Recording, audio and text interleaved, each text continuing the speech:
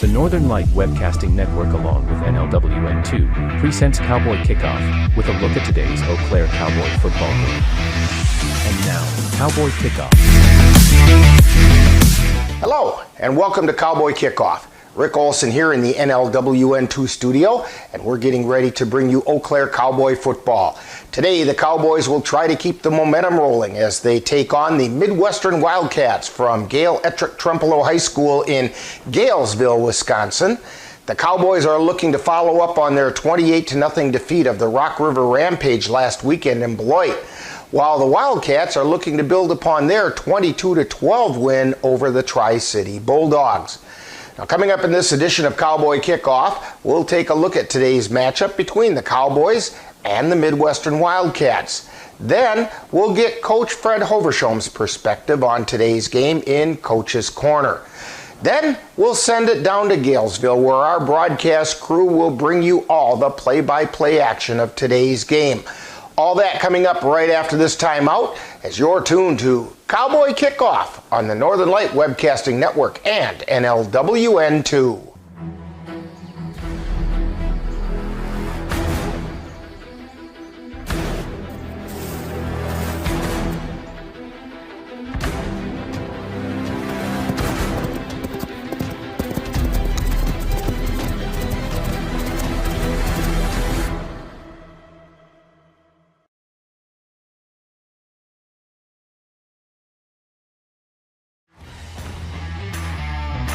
Welcome back to Cowboy Kickoff. Today, the Eau Claire Cowboys will take on the Mid-Western Wildcats from Galesville, Wisconsin. The Cowboys come into today's game with a record of 1 win and no losses following their dominating 28-0 victory over the Rock River Rampage last weekend. Now, in that game, the Cowboys needed the first quarter to get things rolling, but once they did, they controlled all aspects of the game. Early in the second quarter, following a 30-yard touchdown pass from Andrew Barnes to Kari Dorsey, which had the Cowboys on top 6-0, the Cowboys put together a 67-yard drive on 8 plays, highlighted by a 21-yard pass completion from Barnes to Jordan Fons, who skillfully planted both feet inbounds to secure the completion. Dropping back, looking downfield, firing it, pass complete, down at the 10-yard line. The drive was culminated by Anthony Marquardt's 1-yard touchdown plunge. Second and goal from the half-yard line. That was the 2-minute warning, by the way. That was the reason for that timeout. Give to Marquardt, heads up and into the end zone for the Cowboy touchdown. Now in the third quarter, the hard running of U.J. Wilkerson helped set up the next Cowboy score. Snap give straight up the middle, Wilkerson on the carry. He breaks through and finished the run with authority. Oh my goodness, U.J. Wilkerson on the carry. He got about 13. Barnes then connected with Fons again, this time for a 37-yard touchdown. Snap. Dropping straight back. Throwing over the middle, pass is complete, turning up, heading for the corner, keeps his feet, and into the end zone is Jordan Fons. In the fourth quarter, the Cowboys put together a 61-yard drive in 8 plays, finished off by Barnes, taking it himself around to the left pylon for the touchdown. Barnes keeps it himself, rolling out to the left side, heads for the pylon, and he's into the end zone. Barnes carries it into the end zone for a Cowboy touchdown. Defensively, the Cowboys held the Rampage to only 26 yards of total offense. The Cowboys were led on defense by right defensive end Terante Wilson, along with the inside linebacker Tyler Adamczak and defensive tackle Tristan Payton. The entire defensive front was effective in putting pressure on Rampage quarterback Paul Larson, as well as holding the Rampage rushing attack to only 20 yards. Meanwhile, the Cowboys secondary used blanket-like coverage to hold the Rampage receivers to 5 completions for only 6 yards. Now, the Mid-Western Wildcats are coming off a 22-12 win over the Tri-City Bulldogs. They were led through the air by quarterback Devin Kvested, who completed 16 of 28 passes for 154 yards and 3 touchdowns for a quarterback rating of 108.3. On the ground, the Wildcats were led by Josh Hesselberg. He gained 43 yards on 10 carries. The leading receiver was Tyler Patterson, who had 7 catches for 117 yards and 2 touchdowns. Cody Swenis also contributed 5 catches for 25 yards and a touchdown. Now on defense, the Wildcats were led by linebacker Clint Hughesby, the older brother of Cowboy Connor Hughesby. Clint had 5 tackles and 2 assists, including 2 tackles for loss and a sack, as well as 2 fumble recoveries. He was assisted by Austin Zwiefel, Brandon Long, and Josh Hesselberg, who each contributed 5 tackles. In spite of it being a small sample size, the Cowboys are being led through the air by Andrew Barnes, who's completed 9 of 16 pass attempts for 168 yards and 2 touchdowns with no interceptions for a passer rating of 132.3. Barnes' favorite target was Jordan Fons, who caught 6 passes for 111 yards and a touchdown. Now on the ground, the Cowboys were led by Jordan Renault, who carried the ball 11 times for 34 yards, and Anthony Marquardt, who rushed 9 times for 32 yards. Although last week's game got the season off on the right foot for the Cowboys, today is a matchup of 2 teams in the Northwest Division of the Northern Lights Football League, and the winning team would step right into the driver's seat in the all-important division standings, which will determine playoff positions at the end of the season. Now, coming up next on Cowboy Kickoff, I caught up with Cowboy head coach Fred Hovershome and had a chance to talk about today's game. That's coming up on Coach's Corner as you're tuned to Cowboy Kickoff on the Northern Light Webcasting Network and NLWN 2. If your estate isn't looking quite estate-like, let Midwest Environmental Consultants landscape your estate right up to snuff with installation of retaining walls, brick patios, foundation planting beds, and so much more. Then they'll keep it that way with their expert lawn care service. Call Midwest Environmental Consultants at 608-468-2067. Let Midwest Environmental Consultants help make your estate the showplace of the neighborhood. Time now for Coach's Corner, with a look at today's game from the coach's point of view. And now, Coach's Corner. Once again, we're talking with Cowboys head coach Fred Hovershome. And Coach, tonight you're heading into a matchup with the Mid-Western Wildcats. But before we get into that, last Saturday the Cowboys opened the 2023 season with a 28-0 victory over the Rock River Rampage. Your comments about that? Well, it started off slow, as you saw, and we made a couple changes right away when I called a timeout like 4 minutes into the game, and players adjusted. I also had to take into consideration it's a very, very young team. We have guys from 4 or 5 different teams coming to us. We also had 44 players that traveled to play in that game, which at this level is unheard of to have that many travel to play. Pretty much mistake-free. The officials told me during and after the game how much they appreciated my team's conduct, which I've stressed since I've taken over this team. That made me feel better than the score. They have a brotherhood that they're going to be really hard to beat because they all get along. They're like family. We've worked them hard, but they've all bought into the program, and it couldn't have been a better game for us. Now, it appears as though the Cowboys might have a 3-headed monster when it comes to the running game. You've got Anthony Marquardt, Jordan Renault, U.J. Wilkerson. Each back brings a different set of skills to the game. Could you elaborate a little bit about what each one has to offer? Well, the Jordan and Anthony are both speed backs, but they're totally 2 different backs. And Anthony Marquardt showed that on a run down the sideline, if you remember, when he sent a defensive player airborne. Instead of running out of bounds, I was right in front of the plate. He just took him on and ran right through 3 people. He's a hard runner. Jordan is more of a sprinter. He doesn't mind contact either, but he's not like Aaron. They're two different speed backs. That way they're the same. Anthony will punish you.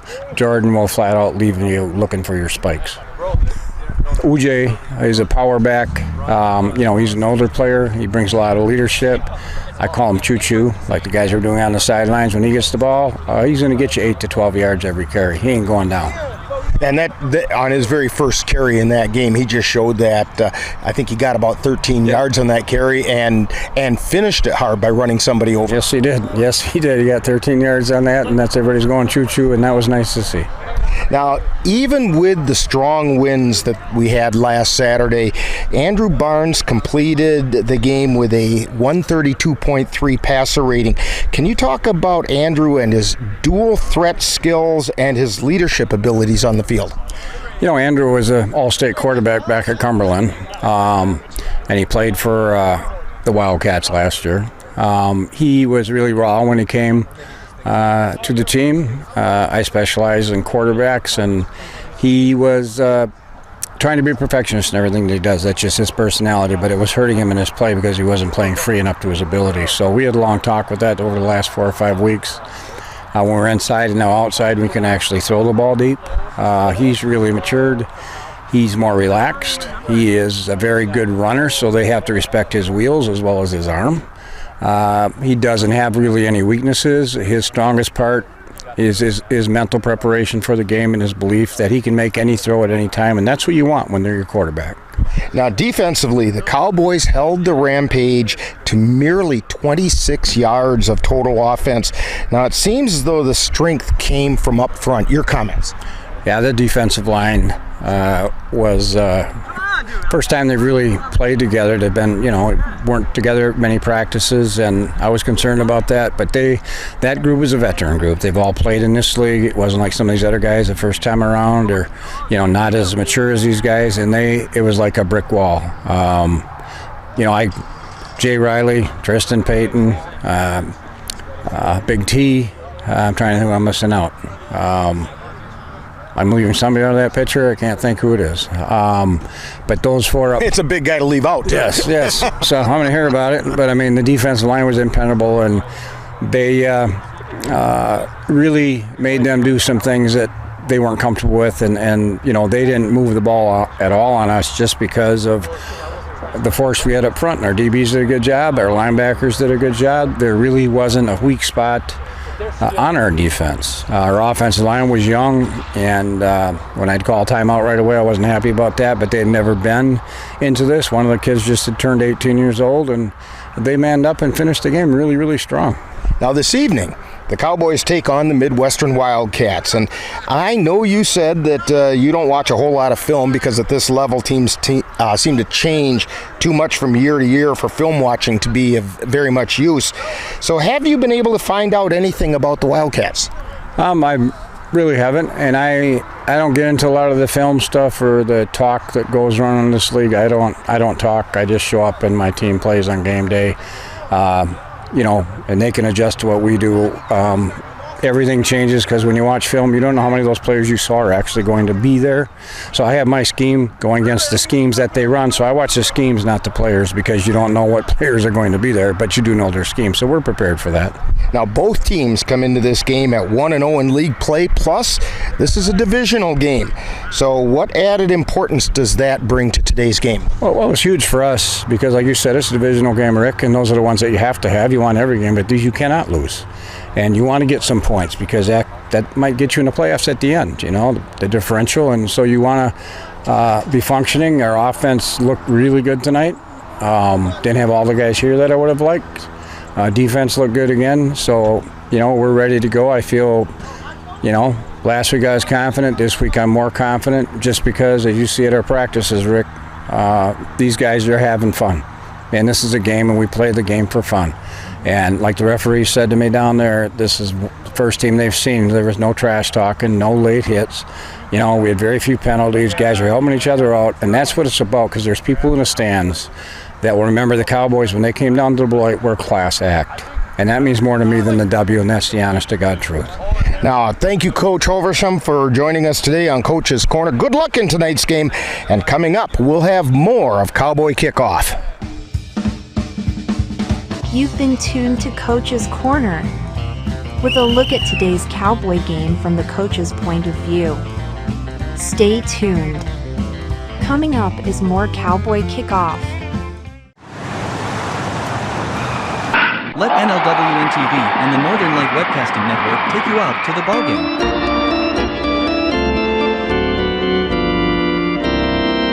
Our next broadcast will be on Sunday, May 21st, when we will bring you the Cavaliers taking on the Tilden Tigers in a doubleheader from Carson Park. Live coverage on the Northern Light Webcasting Network audio service and on NLWN TV begins with the In the Dugout show at 12:05 p.m. That's live Eau Claire Cavalier baseball on Sunday, May 21st on the Northern Light Webcasting Network and NLWN TV. Welcome back to Cowboy Kickoff as we're getting ready to bring you all the action of today's game between the Eau Claire Cowboys and the Mid-Western Wildcats. Both of these teams compete in the Northwest Division of the Northern Lights Football League, so this divisional matchup could turn out to be critical by the end of the season. Last week in the NLFL, the Eau Claire Cowboys took care of business by defeating the Rock River Rampage 28-0. In other action, the River City Rough Riders opened the defense of their title as NLFL champions in style by defeating the Madison Mad Dogs 45-0. The Kenosha Cougars traveled to the Wisconsin Ravens and came away with a 20-6 victory, while the Brown County Blackjacks were 26-0 winners over the Winnebago Warriors. And the Midwest Warriors were 50-0 winners over the Central Wisconsin Bandits. The Illinois Cowboys defeated the Manitowoc Mariners 28-12, while the Mid-Western Wildcats took care of the Tri-City Bulldogs 22-12. Wrapping up Week 1 activity in the NLFL, the Southern Lakes Blue Devils defeated the Fox River Raiders 39-6. Now today, in addition to the Cowboys at the Wildcats, the NLFL has another full slate of games. Also in the Northwest Division, the River City Rough Riders travel to Merrill, Wisconsin to take on the Central Wisconsin Bandits. In the Northeast Division, the Brown County Blackjacks will host the Fox River Raiders, while the Wisconsin Ravens travel to Manitowoc to take on the Mariners. In the Southeast Division, the Kenosha Cougars take on the Southern Lakes Blue Devils in Kenosha, and the Winnebago Warriors go to Chicago to take on the Illinois Cowboys. Finally, in the Southwest Division, the Madison Mad Dogs will host the Midwest Warriors, while the Rock River Rampage will travel to Partyville to take on the Tri-City Bulldogs. Coming up next, we'll wrap up Cowboy Kickoff and get you ready for today's game. You're tuned to Cowboy Kickoff on the Northern Light Webcasting Network and NLWN2. Life doesn't always give you time to change the outcome. Prediabetes does. 1 in 3 adults has prediabetes, but with early diagnosis, prediabetes can be reversed. And you can change the outcome. Take the 1-minute prediabetes risk test today. Go to doihaveprediabetes.org. Welcome back to Cowboy Kickoff. Today we have two teams, the Cowboys and the Wildcats, looking to get a jump in the Northwest Division of the NLFL. The Wildcats are looking to build upon their 22-12 win over the Tri-City Bulldogs last week, while the Cowboys are hoping to continue the domination that they established against the Rock River Rampage. The key to today's game for the Cowboys is, can the running game continue to flourish? And with the wind a little more cooperative, can the passing be even more effective?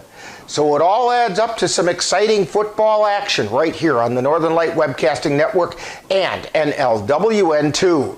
Now in just a few moments, I'll join our broadcast crew in Galesville, Wisconsin, and we'll have all the play-by-play action for you coming up next. Now you've been tuned to Cowboy Kickoff on the Northern Light Webcasting Network and NLWN2. If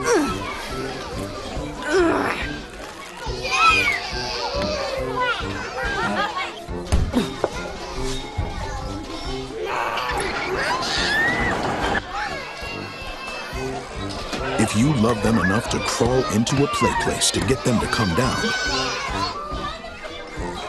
then surely you'll check nhtsa.gov/the right seat to make sure they're in the right car seat.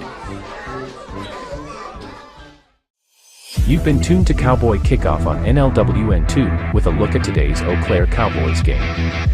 Stay tuned. Coming up next is live Eau Claire Cowboy Football.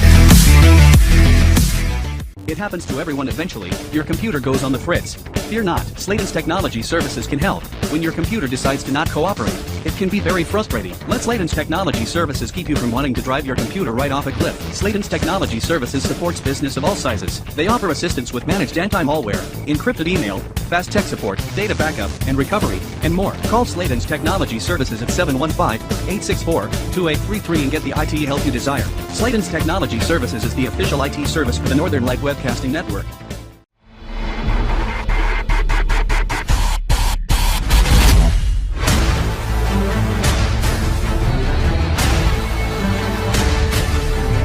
The following is a presentation of the Northern Lights Football League.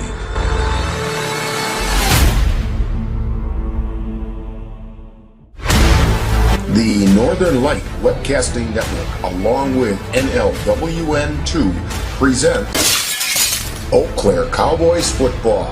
Follow the Cowboys all season long as they work their way through the Northern Lights Football League. And now, out to the stadium for Eau Claire Cowboys Football.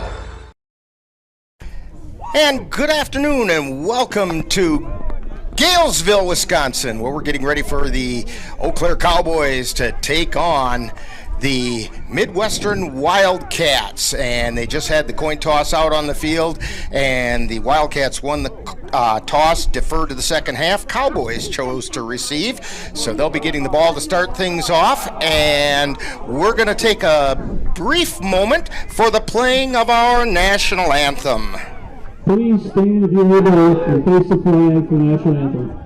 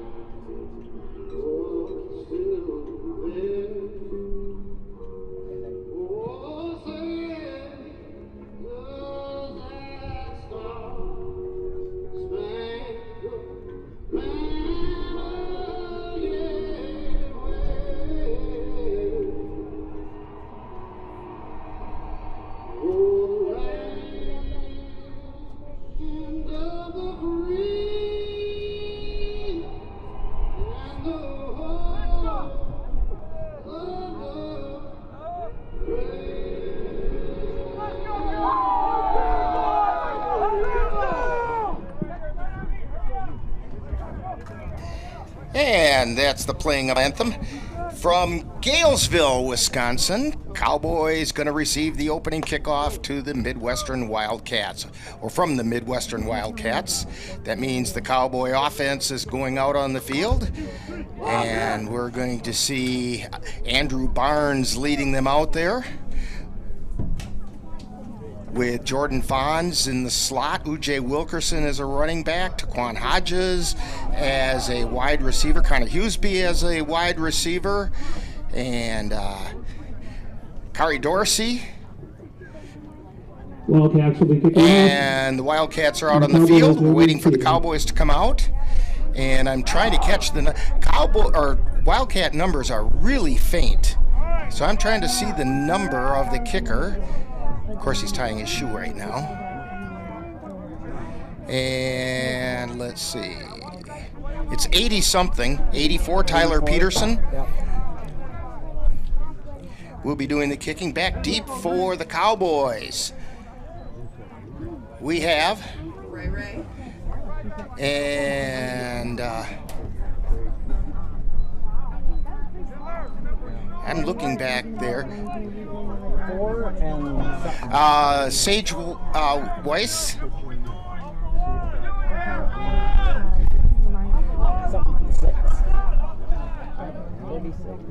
And I think it's Anthony Marquardt back deep. So Peterson waiting for the whistle.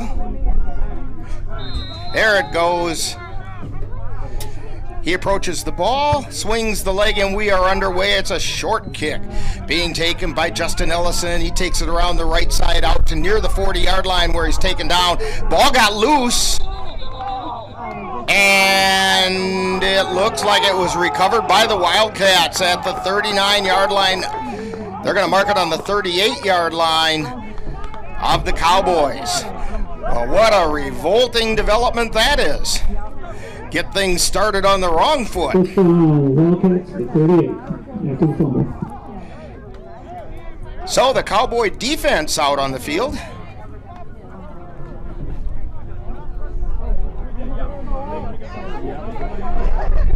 Ellison was taking it around the right end and fumbled the ball. Pounced on by the Wildcats.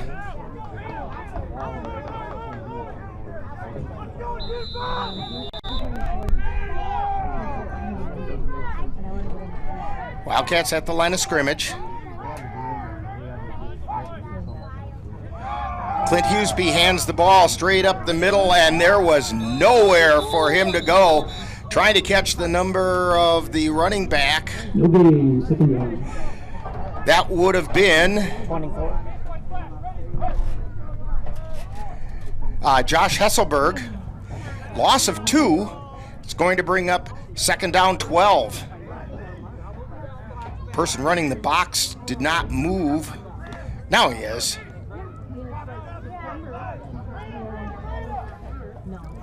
So up to the line of scrimmage. Clint Hughesby at quarterback. He's the older brother of Cowboy Connor Hughesby. Takes the ball, gives it straight up the middle. Now he takes it around the right side and taken down there at the 39-yard line is Tristan Payton. Is Carson Zager on the run. Tristan Payton on the tackle.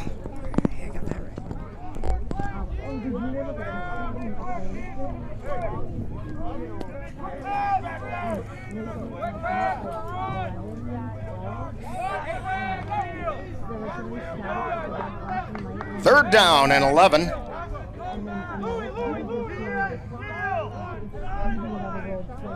Wildcats at the line of scrimmage. Slot receiver on the right side. Hughesby waiting for the snap. Gets it, drops back, rolls out to the right.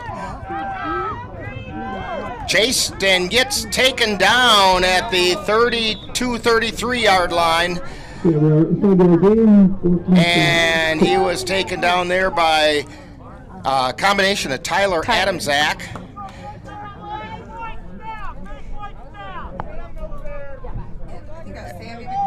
I think you're right. Sammy McBride. With me today up in the press box, Dakota Hicks, along with Claude Teesing, Dan Petchow on the camera. And you can't forget Rick. And Wildcats in punt formation.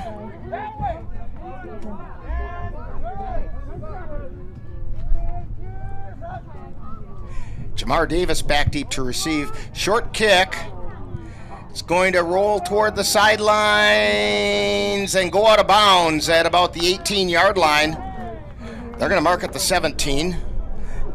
So it'll be first down for the Cowboys there at the 17-yard line. 12:02 to go in the first quarter, and you're tuned to Cowboy Football on the Northern Light Webcasting Network and NLWN TV. Royal Credit Union's low rates and flexible terms on auto loans can help keep your payments low. Get a great rate on your next car or truck purchase, or refinance an existing vehicle with an auto loan from Royal Credit Union. Royal also offers loans for buying or refinancing boats, UTVs, and other vehicles. Royal Credit Union wants to help keep your payments low. Check rates and apply for a Royal Credit Union vehicle loan. And we're back here in Galesville. Cowboys with the ball at their own 17-yard line. First and 10. Andrew Barnes at quarterback. He's got slots on both sides. Takes the ball, gives it straight up the middle. Quick cut back. That's Marquardt. He got it to the 15. They're going to mark it that he got out to about the 16 with his forward progress. It's going to be a loss of about a yard.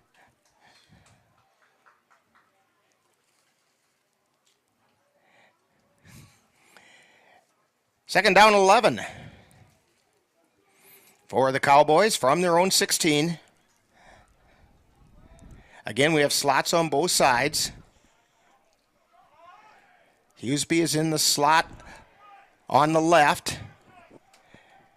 Put a player in motion. They give it to him on the jet sweep, coming around the end and gets taken down at about the 18-yard line. That was Jordan Fonz. And it developed kind of slowly. That's going to bring up 3rd and 8 for the Cowboys.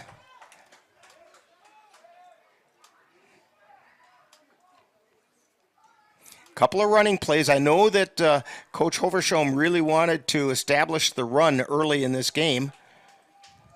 They're at the line of scrimmage against slots on both sides.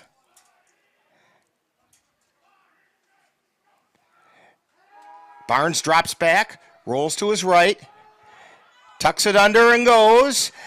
He gets it out across about the 30-yard line, and that's going to be enough for a Cowboy first down. Is this number 2? Yeah, Cody Swinnison on the tackle. Andrew Barnes for the Cowboys at quarterback actually last year played quarterback for the Wildcats. I do believe Sammy McBride used to play with them as well.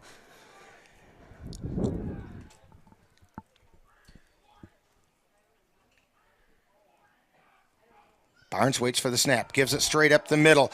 Big hole that time off the right side and out near the 40-yard line. They're going to mark it at the 39. That's a gain of 9. Second and 1 for the Cowboys. How would you pronounce Sweatus? For his last name, what do you say? Cowboys come up to the line.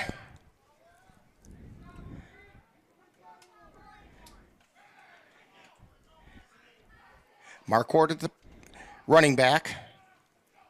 Barnes takes a snap, drops straight back. Looking downfield. He's got a receiver wide open, lays out, can't hang on. Taquan Hodges was the intended receiver at about the 25-yard line. It's going to bring up 3rd and a yard. Barnes just overthrew him by about a step.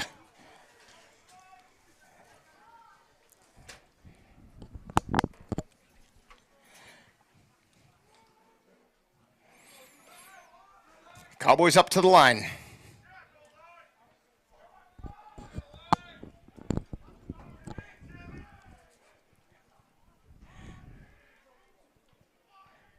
Barnes waits for the snap.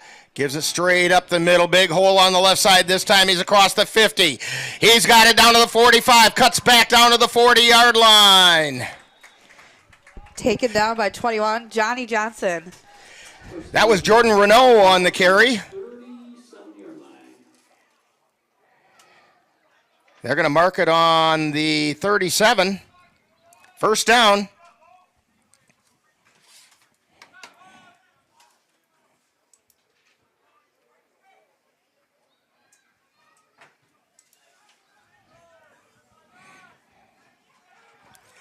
Cowboys at the line.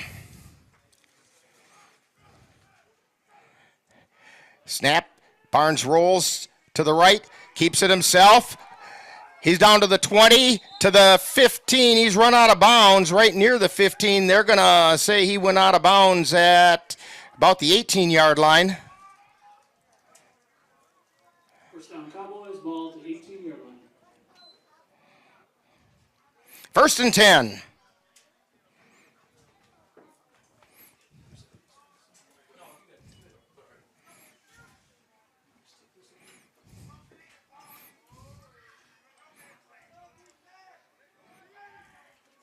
Cowboys at the line.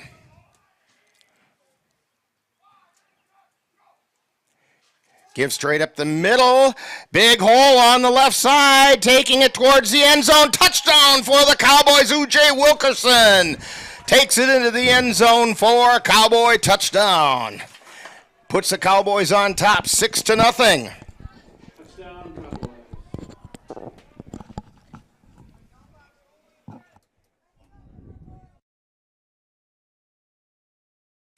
And we'll take a quick look at that.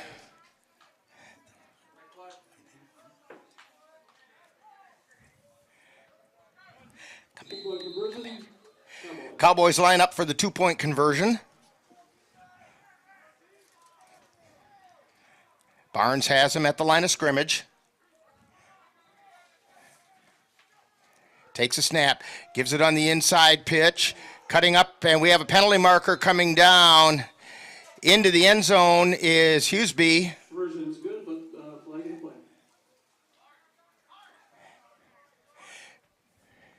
So we'll see what the penalty is.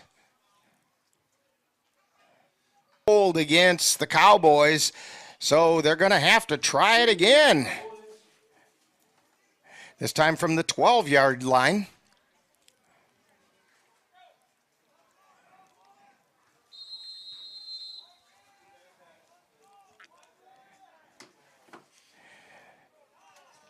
Barnes has him at the line. Barnes drops back, looks towards the corner, complete to Hodges in the corner of the end zone. 3 to go in the first quarter, and you're tuned to Cowboy Football on the Northern Light Webcasting Network and NLWN TV. Highland Fitness is a locally owned gym operated right here in the Chippewa Valley. Save time and gas money with our 2 Eau Claire locations that are close to where you live, work, and play. Our Westridge location is open 24 hours a day.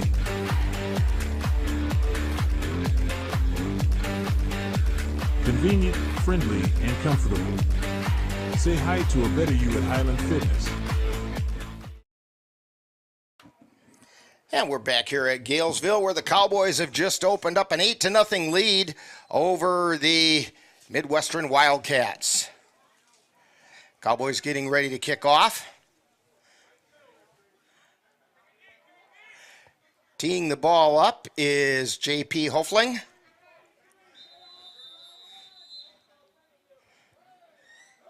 And he approaches, swings his leg.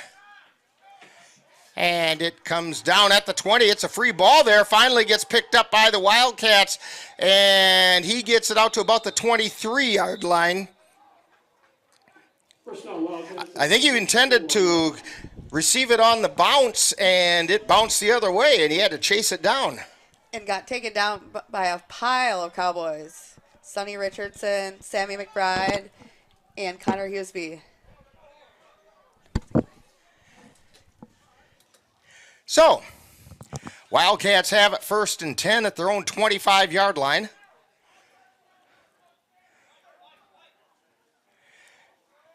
Cowboy defense, which was really impressive last week. We'll see how that comes to fruition. Even after that fumble on the opening kickoff, the defense held steady. Wildcats to the line. They've got a slot receiver on the right side. 2 running backs. Hughesby waiting for the snap. He takes it, pitches to the tailback, coming around the right side, tries to cut back, and there was nowhere for him to go. I think that was Carson Zager. It was. Taken down by 51, Jay Riley, and 38, Sammy McBride.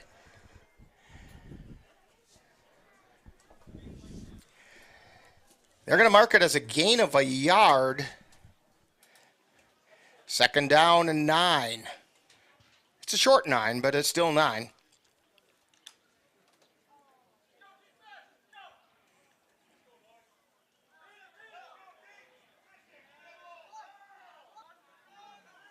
Wildcats at the line. Again, the slot's on the right side. Hughesby takes the ball, rolls to his right, looking downfield. He's under pressure, avoids the rush, throws it deep. Receiver's waiting, but the pass is by number 3, J.P. Hoffling. J.P. Hofling. Yes, he came up to me before the game and said, it's Hofling. And I said, okay, that's what it'll be then. Hey, I'm learning from you. Boy, are you in trouble then, Dakota. I know. In other news, we do have the River City Rough Riders traveling to Merrill, Wisconsin to take on the Central Wisconsin Bandits. That's next week's opponent for the Cowboys, the Rough Riders are, and it'll be right back here in Galesville. All right, Wildcats at the line. Again, the slot's on the right. Snap to Hughesby. He's under pressure. Rolls to his right, looking downfield. Stops, tries to square up, throws it back into the middle, and it's called incomplete. It was pretty close to being a backwards pass, but the official said it went forward, and that's the important thing.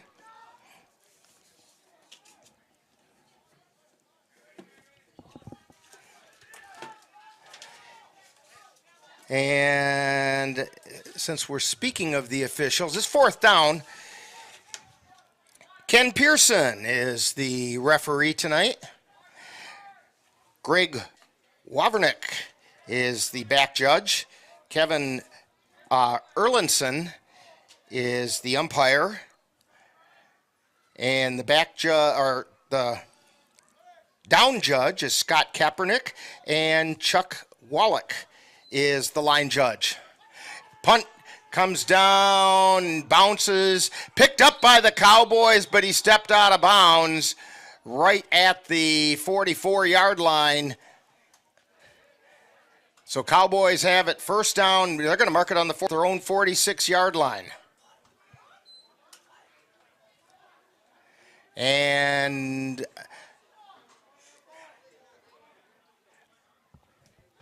we have a penalty marker.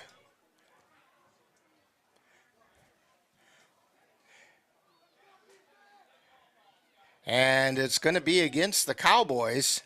They're backing up.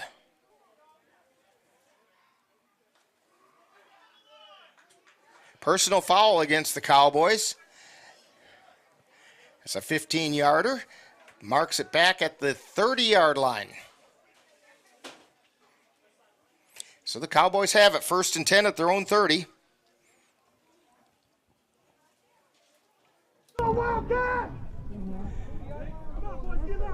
First down, Cowboys.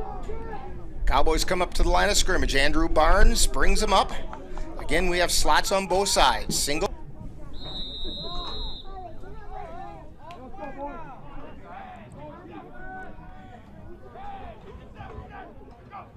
Barnes takes a snap, gives it straight up the middle, and we're going to get a flag for a face mask against the Wildcats. And it was Marquardt on the carry. he got up wanting the flag. It was already on the ground. Flag on the play. So that's going to go against the Wildcats. I believe that was number 6, Patrick O'Brien, along with another teammate.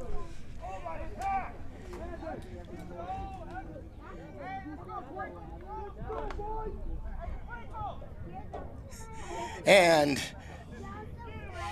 the one official, and I don't know which one's which, they don't have officials' numbers on the back, so the only one we know for sure is can't mark it off in the correct direction. So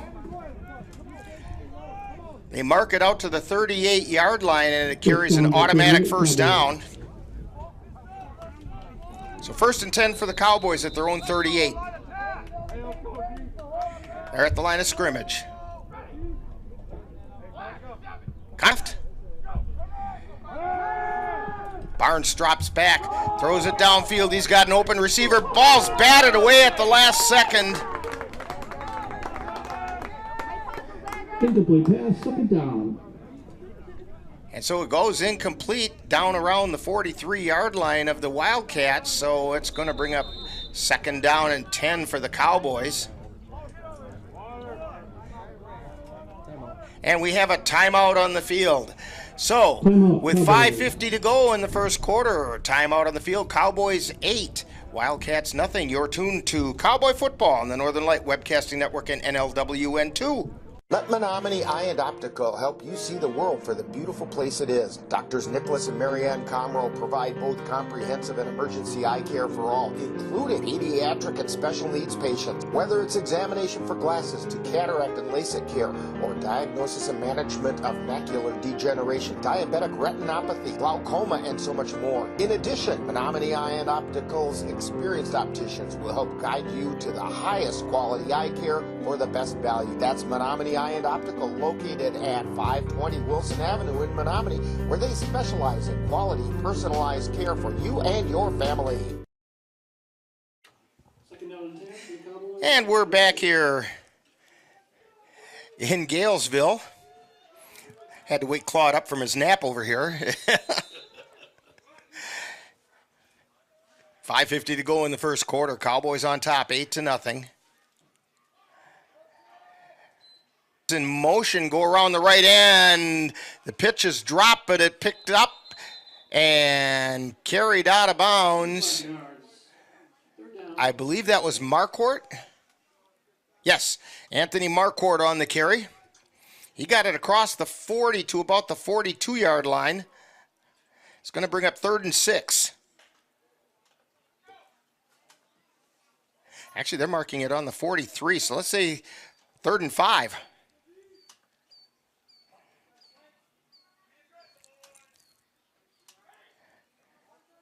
Barnes has him at the line.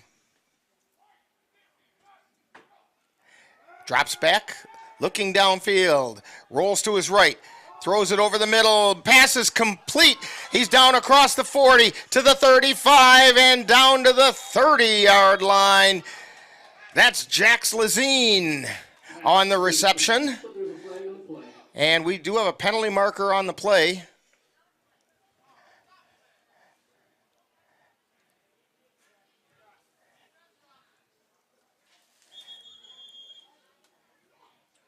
And it's going to be against the Cowboys. And it's a holding call against the Cowboys. So it's going to negate a nice pass and catch, a nice catch and run. So that'll bring up a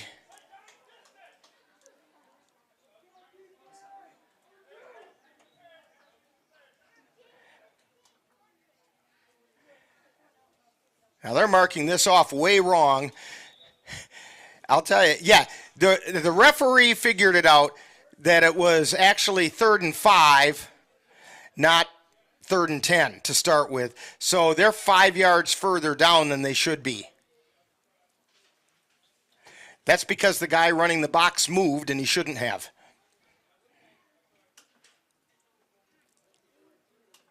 But a lot of the people that end up working chains in a lot of these games are people you say, hey, can you help us?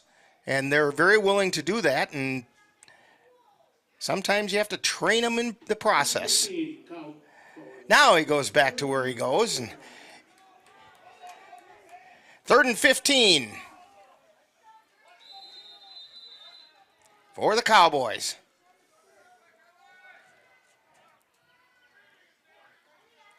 Barnes waiting for the snap. Drops back. He's looking downfield. Takes it himself. Cuts around the left side. Gets it across the 35 and dragged out of bounds at about the 39-yard line. Brings up a 4th down. About 6 yards, 4th and 9.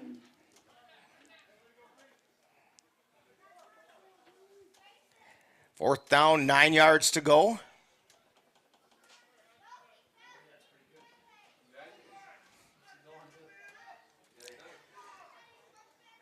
Cowboys at their own 39. Leading 8-0. Cowboys up to the line of scrimmage. Coach Hoversham said last week, we don't kick the ball. There's a snap. Barnes drops back.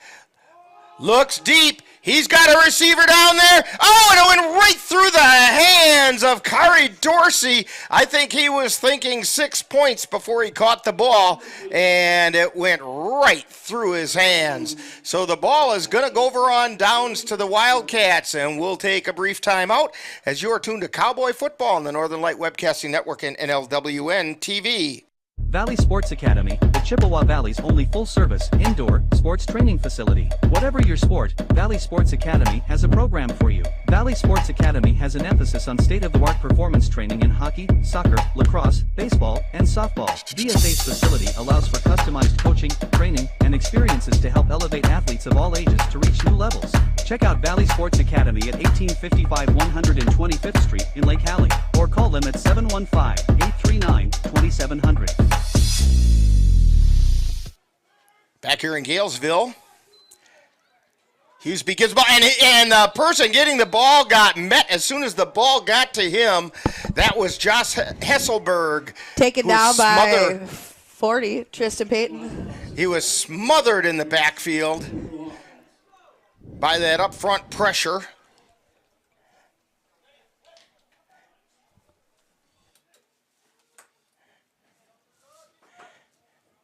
Loss of about 6 on the play.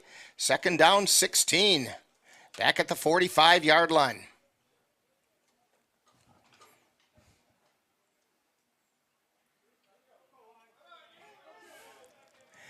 Up to the line of scrimmage come the Wildcats. Hughesby waiting for the snap.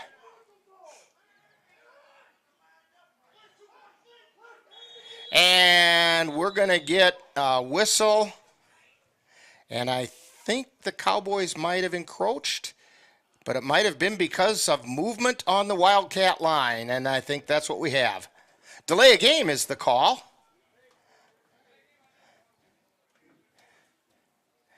So it backs it up 5 to the 50-yard line.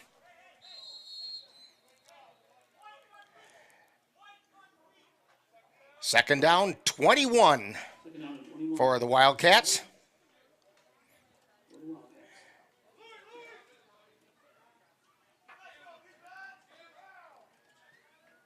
Again, they have the slot on the right side. Hughesby takes it, rolls out to the right, and avoided one tackle, keeps rolling, keeps it himself, and gets to the sidelines, pushed out of bounds there by Tristan Payton. And he got up to the Cowboy 45-yard line. So 3rd down and 16.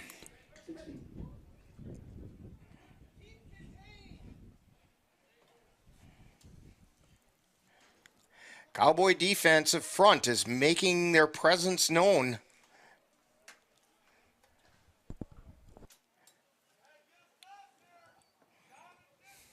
As they come up to the line, single receiver split out wide to the left. Slot and wide out on the right. Huseby takes the ball. Penalty marker on the play. Throw out to the right or to the left side, and the receiver gets back to the 45-yard line, and that was all he got. It was Carson Zager on the reception. Penalties against the Cowboys. I think they jumped the gun a little bit, getting across the line.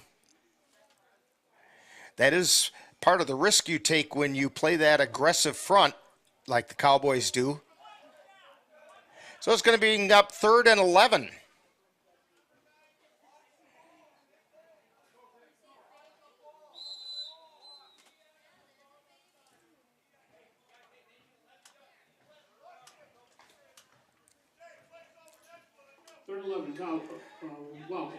Wildcats up to the line. They pretty much run out of the same formation. Huseby looking downfield, rolls to his left, now cuts it back and gets taken down at the 40. No gain on the play. 4th down and 11.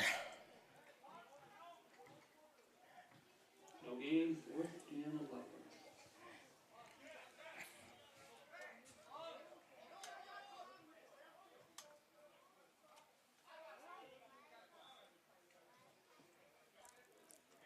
We're just under a minute to go in the first quarter.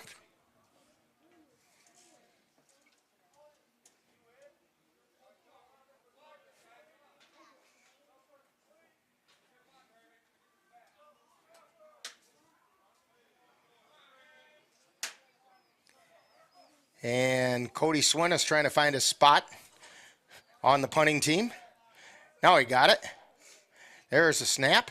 And the kick, almost blocked. It's going to roll out of bounds at about the 7-yard line. Cowboys backed up deep in their own territory as they're walking up the sidelines, and he's going a lot further than I thought. Now, they're going to mark it all the way out at the 19-yard line. That's kind of surprising.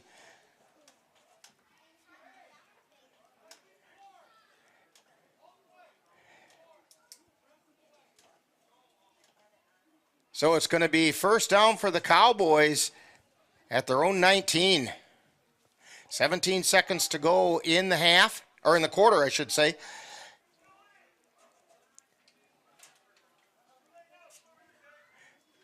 This very well could be the final play of the quarter. Barnes brings him up to the line. Again, the Cowboys with a slot on both sides.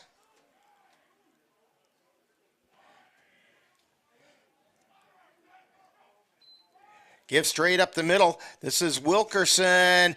Runs into collision and keeps going. Gets out to the 30-yard line. A big run by U.J. Wilkerson. He does have enough for a first down. Give him 11 yards on the carry. First down for the Cowboys, and that's the end of the first quarter with the Cowboys on top, 8-0, as you're tuned to Cowboy Football on the Northern Light Webcasting Network and NLWN 2. How will you make your mark? With over 200 jobs, the Army can help you find the answer. No matter your career goals, the Army can get you there. The Army can impact your life in many ways. That's why we offer a variety of benefits to support what's most important to you, your family, and your future. Visit GoArmy.com, request information, watch videos, and see how the Army could be right for you.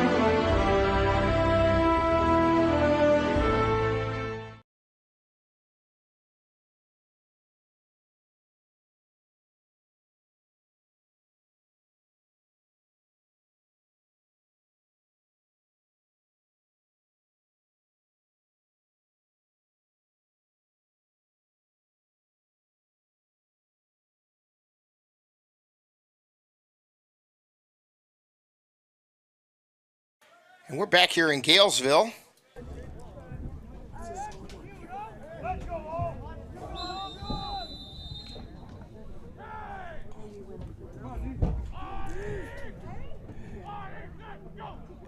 Barnes gives the ball straight up the middle again. This is Wilkerson on the run, and he pounds it down to the 36-yard line, or out to the 36-yard line. They're going to mark it on the 37. Gain of 7. Second down, 3.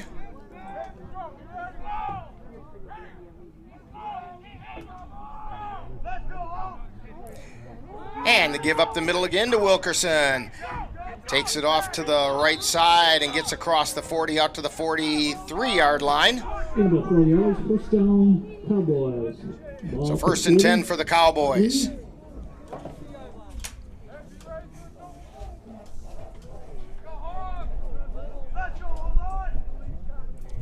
Cowboys up at the line.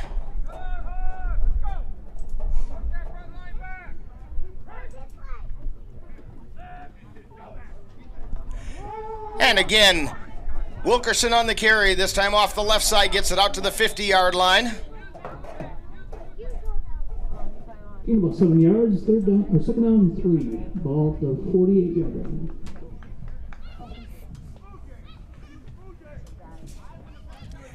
They're going to put it on the 49-yard line, so it's second down and a couple. He's got to get to the 47.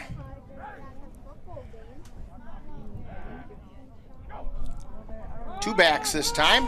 Give straight up the middle, and In about 1 yard. that was Jordan Renault, and he tried to change direction and got nowhere.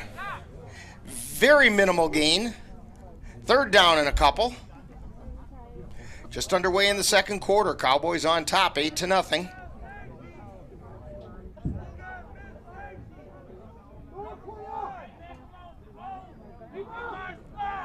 Two backs again in the backfield, with a slot on the right for the Cowboys.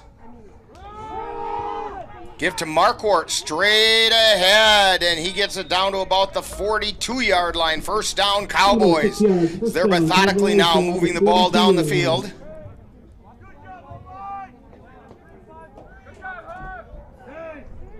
Anthony Marquardt on the carry.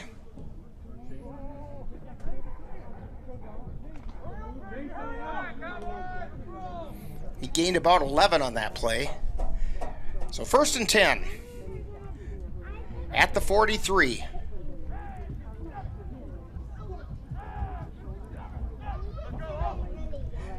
And the give, no, Barnes keeps it, pitches it out, and there was nothing there. No gain on the play. On the option, Barnes read to pitch on the option, and there were two guys out there waiting. Ball on the 43. Marquardt was the carrier on the pitch.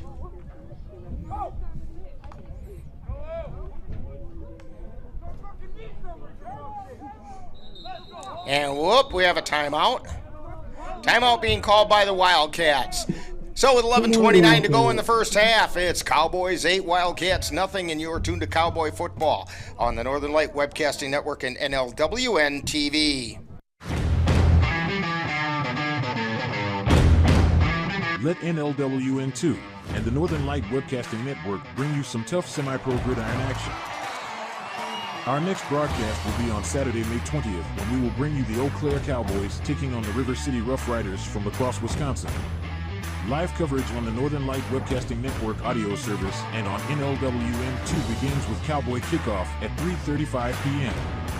That's live Eau Claire Cowboy Football on Saturday, May 20th on the Northern Light Webcasting Network and NLWN2. And we're back here at Galesville. Rick Olson, along with Paul Teasing, Dakota Hicks, helping us out, trying to keep the stats and trying to do color at the same time. And I'm not sure if that's really working, but we'll see what happens. Give me credit. This is my first time. Oh, I'm not blaming you. It's just tough job. Dan Petshaw on the camera. And we're at the line with the Cowboys. Barnes takes the ball, drops back, looking downfield. He's got a receiver down there. He's got it caught down around the 5-yard line. Knocked out of bounds. And they're going to say he was stepped out of bounds as he caught it, so it's incomplete. It's on the far side of the field, so it's kind of hard to see from here. The official said, nope, did not get 2 feet down. So it's 2nd and 10. From the 43, 3rd down 10.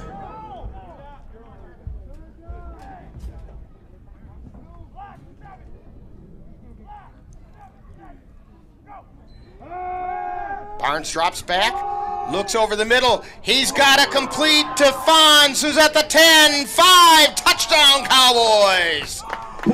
Jordan Fonz on the deep crossing route takes it into the end zone for a Cowboy touchdown.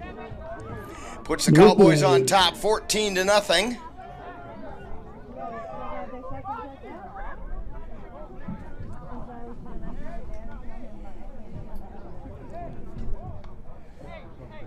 Score is 14-0 at this point. 2-point conversion coming. And the Cowboys, again, are going to go for 2.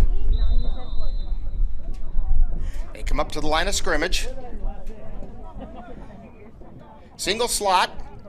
It's on the right. 2 backs. Renault and Marquardt. Barnes keeps it himself, takes it into the end zone for the 2-point conversion. So the score, Cowboys 16 and the Wildcats 0 with 11:12 to go in the first half. You're tuned to Cowboy Football on the Northern Light Webcasting Network and NLWN 2.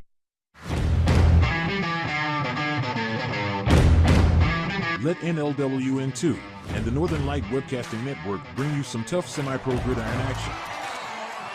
Our next broadcast will be on Saturday, May 20th, when we will bring you the Eau Claire Cowboys taking on the River City Rough Riders from La Crosse, Wisconsin. Live coverage on the Northern Light Webcasting Network audio service and on NLWN 2 begins with Cowboy Kickoff at 3:35 p.m. That's live Eau Claire Cowboy Football on Saturday, May 20th on the Northern Light Webcasting Network and NLWN 2. Getting ready for the kickoff. Getting ready to kick for the Cowboys is Jack Lazine. He's waiting for the whistle. Trying to read the numbers of who's deep. There's the kick. It's coming down, goes out of bounds at the 22-yard line, so the penalty marker comes flying. So, the Wildcats will have it. 1st and 10 at the 40-yard line. After the penalty, 1st down, Wildcats at the 40-yard line.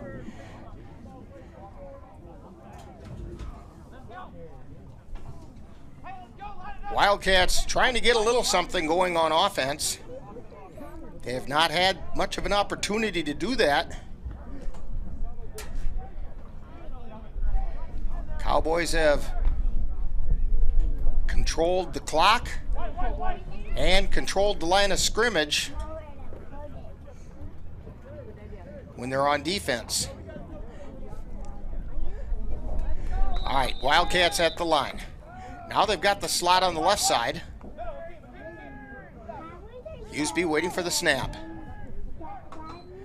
He takes it, looks out into the flat. Ball got knocked out, intercepted by the Cowboys, and then fumbled and fallen on by the Cowboys.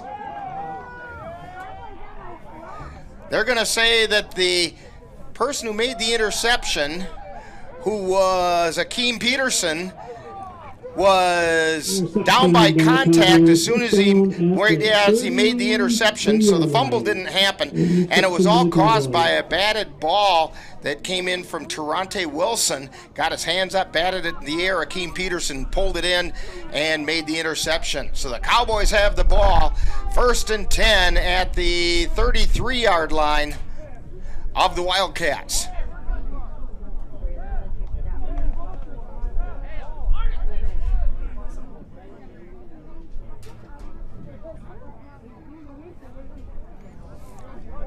Cowboys at the line.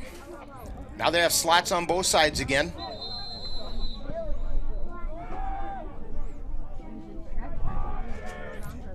Barnes waiting for the ball. Dropping back, looking out under the left flat. He's got his receiver down across the 20 to about the 17, 18-yard line. Taquan Hodges on the reception. They're going to mark it on the 18. 18-yard line. First down for the Cowboys.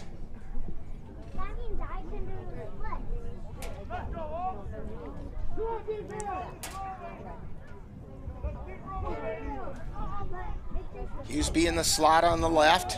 Fonz slot on the right. Barnes takes a snap, gives it straight up the middle. That's Renault on the carry, and he gets it down to about the 11-yard line. They're going to mark it on the 12. About 7 yards. That's going to bring up 3. second down and about 3.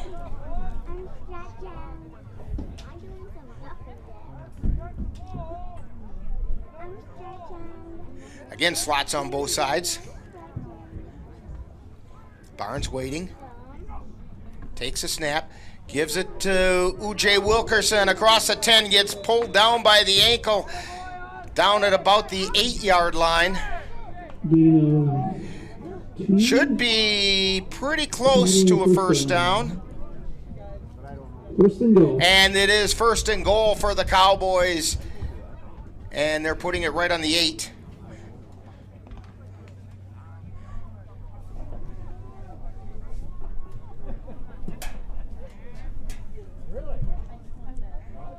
Cowboys up to the line.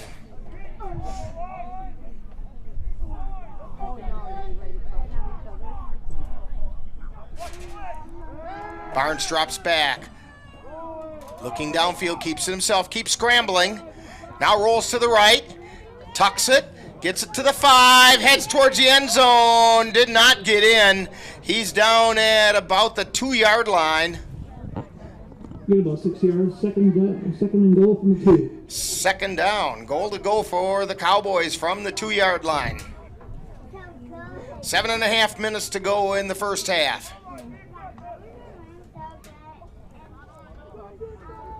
Cowboys looking to extend their lead.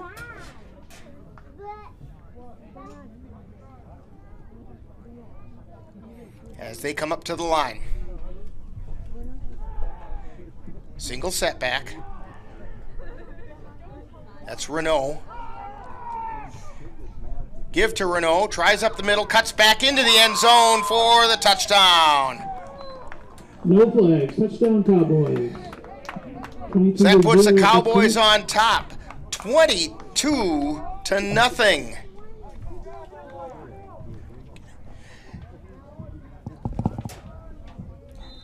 So the Cowboys going to go for 2.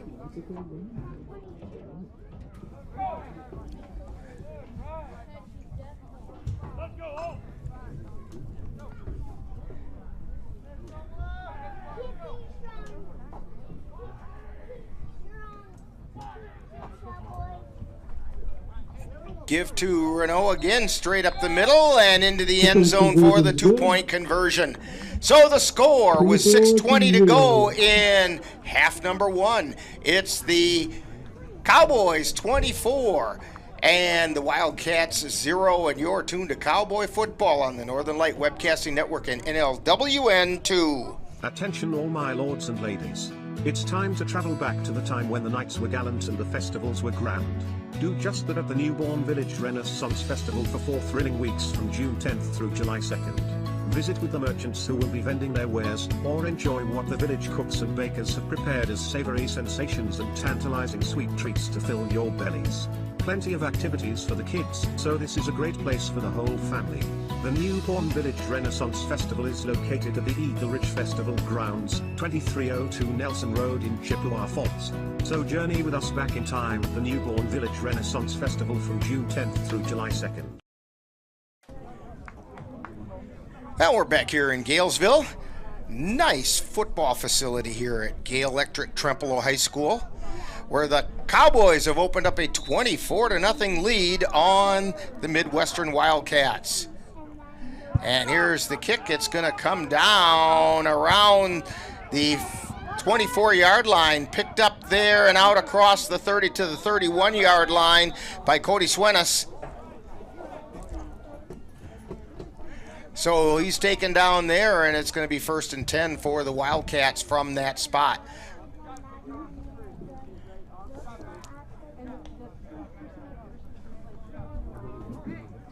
Don't forget, 1 week from today, the Cowboys are right back here to take on the defending Northern Lights Football League champion, River City Rough Riders. That's got a 4 o'clock kickoff. It'll be somewhere around 3:30 for the Cowboy kickoff show. Ball 32, first down. 1st and 10 for the Wildcats. They send a slot receiver out to the right side. Clint Hughesby waiting, and we have whistle.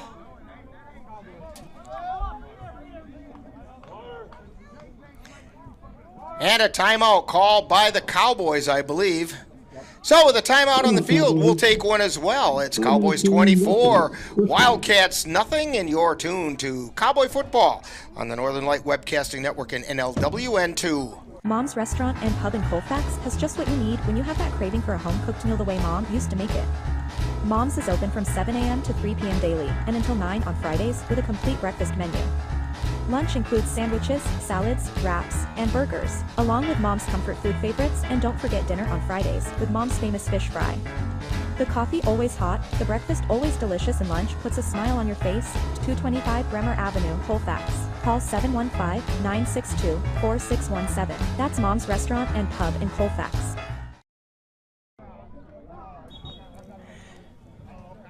And once again, we're back here in Glenwood City. No, we aren't. We're in Galesville. Well, they start with G's. Claude's poking me as I say that, like, hey, at least know where you are. No. I've gone on many adventures where I had no clue. All right, Wildcats at the line of scrimmage. 1st and 10 from the 32. Hughesby takes a snap, drops back, flips it out to the left side, coming around the left side across the 30 and gets back to the line of scrimmage. And that was carried by Matt Brandenburg. Got it out to right back to the line of scrimmage. 2nd down. 2nd and 10.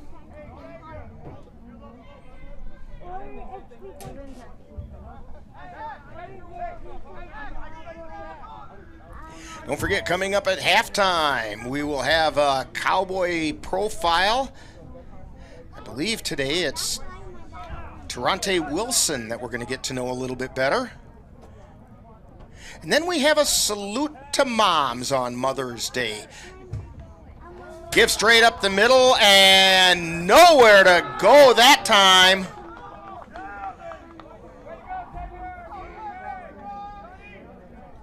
Initial contact made, I think, by Jeremiah Miller. Taken down by number 54, Sonny Richardson. Okay, and I saw Miller in there, and of course, Sonny needs to get credit for that.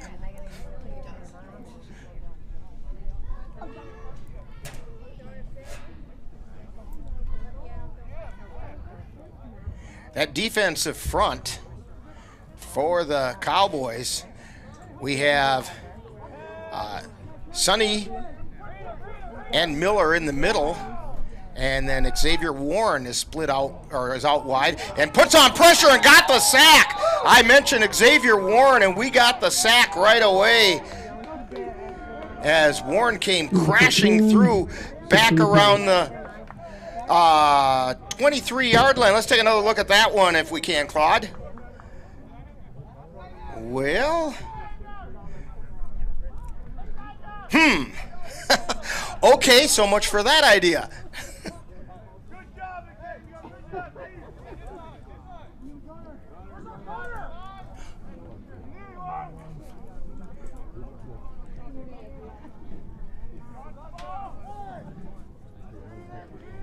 All right. Wildcats to punt. He gets the kick away. It's coming up short. Down at the 40-yard line, rolls down to about the 36-yard line. It's picked up by the Cowboys. That's not exactly a very smart move, but it did gain 5 yards. We do have a penalty marker on the play.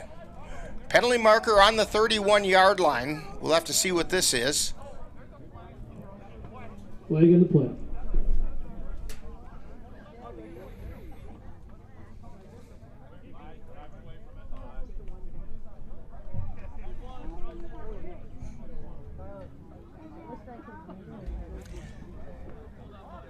Tyler Adamczak coming out to the officials.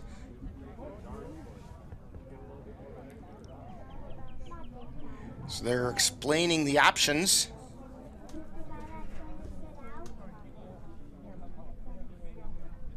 And we have personal foul. That's against the Cowboys. From the 31.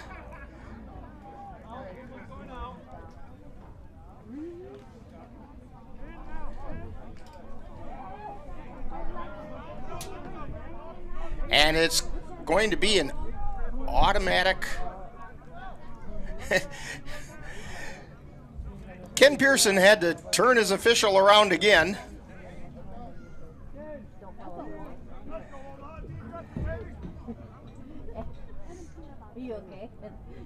And they're backing the Cowboys up. Cowboys will have the ball. 1st and 10 from the Wildcat 42. After it's all said and done. Just over 2.5 minutes to go in the first half. Ball 42, first down Cowboys. Barnes gives it straight up the middle, cuts it back to the right side. He's across the 30 and pulled down from behind.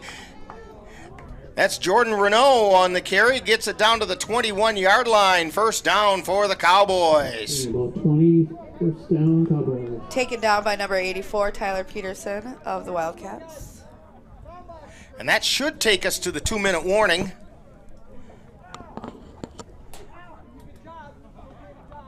And it does. So with 2 minutes to go in the first half, you're tuned to Cowboy Football on the Northern Light Webcasting Network and NLWN 2. I love the pizza we get when we go to Gino's Pizza. That's because Gino's has been voted best pizza in the Chippewa Valley 5 years in a row. I think it's because Gino's uses the freshest ingredients, premium quality meats, cheeses, savory spices, and zesty toppings, and all served with attention to detail. Now you're making me hungry. Let's head to Gino's Pizza. Scott and the rest of the folks at Gino's Pizza would like to invite you to come out and try the area's best pizza. Call about Monday through Wednesday dine-in specials at 715-835-2000. That's Gino's Pizza at 5110 Fairview Drive, Eau Claire, right next to Chaos Water Park. If you're buzzed and doing this,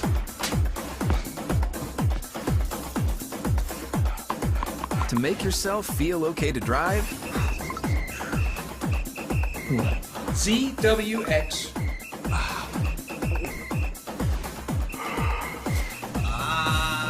You're not okay to drive. YGKLVW. Regular.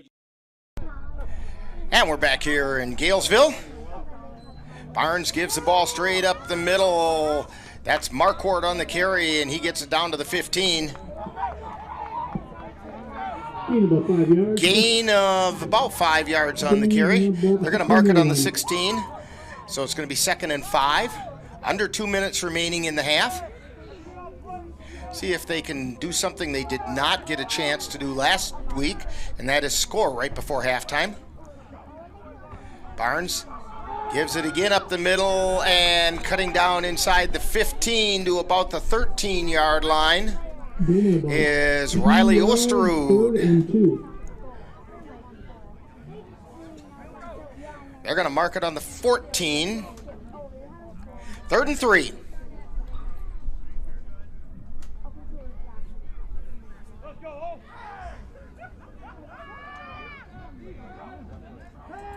Barnes drops back, looking over the right corner, throws it, caught, Touchdown, Cowboys!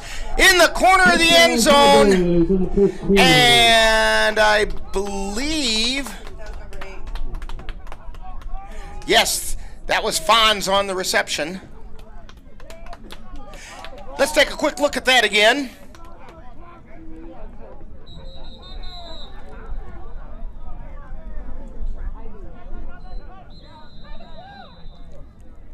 And there's a timeout on the field as we're taking a look at this.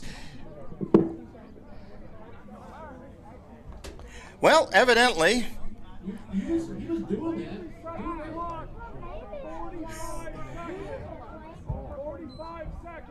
so they're saying it should be 45 seconds remaining on the clock.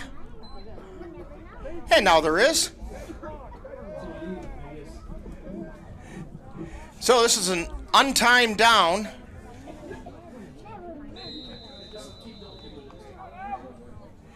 So, at the line of scrimmage, Barnes waiting for the snap. Give on that jet sweep again, and it went nowhere. Fonz on the carry. He got tackled for about a 3-yard loss. So the score remains Cowboys 30 and the Wildcats nothing. You're tuned to Cowboy Football on the Northern Light Webcasting Network and NLWN TV.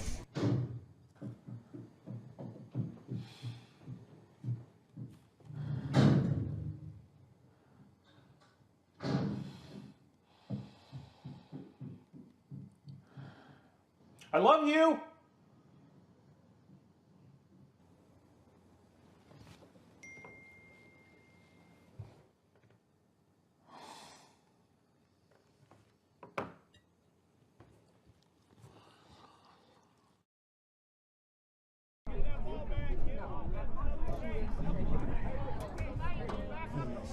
Yeah, just don't worry about that.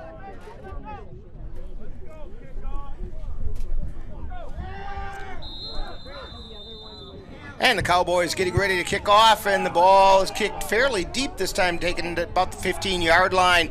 Comes out across the 20 to the 25 and pulled down at the 27-yard line. Looking to see who it is that brought the ball back, and of course he walks directly behind one of the big guys. And it's Matt Brandenburg on the return. He got it out across the 25 to about the 26-yard line. 36 seconds remaining in the first half. Wildcats with the ball. They go back into the huddle.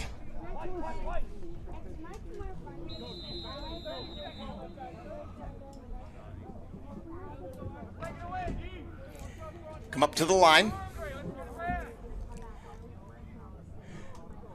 Slot receiver on the left side.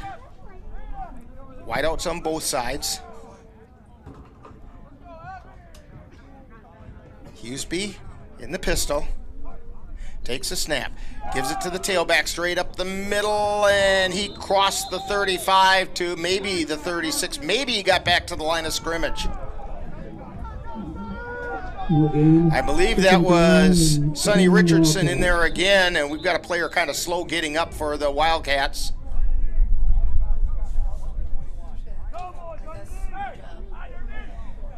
And I'm looking to see, I can't tell who that is.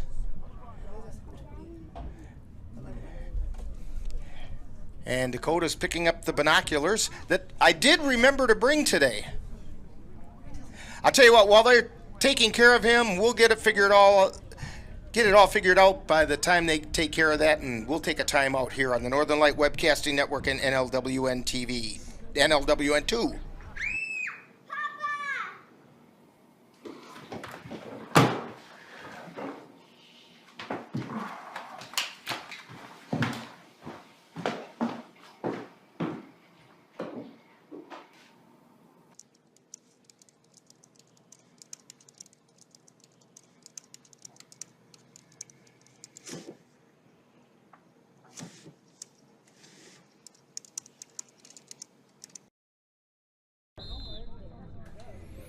Back in Galesville, Cody Swinness was the injured Wildcat. In other news, we do have the Brown County Blackjacks hosting the Fox River Raiders today, as well as the Ravens traveling to the Manitowoc Mariners.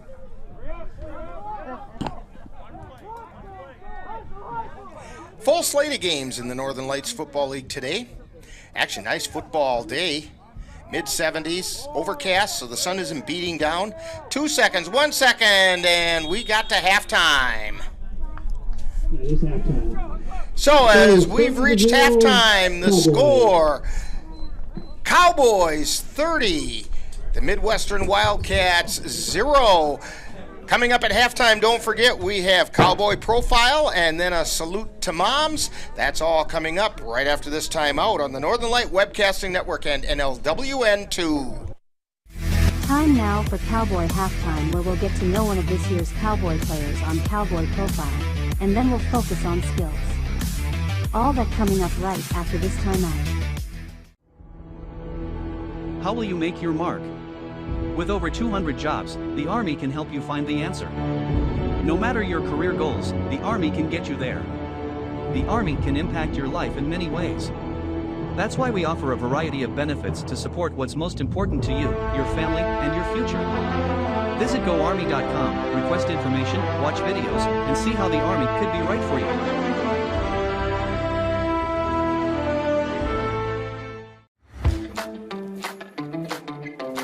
Time now for Cowboy Profile, where we take a look at one of this year's Eau Claire Cowboy players. And now, Cowboy Profile. Today on Cowboy Profile, we're talking with Terante Wilson. And Terante, why don't you tell us a little bit about yourself, where you grew up, levels of football that you've played and so on. I'm Terante Wilson. I'm one of the captains here for the Cowboys here in Eau Claire.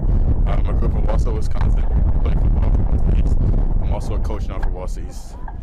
And what's the most exciting thing that you've learned about this year's Cowboys team?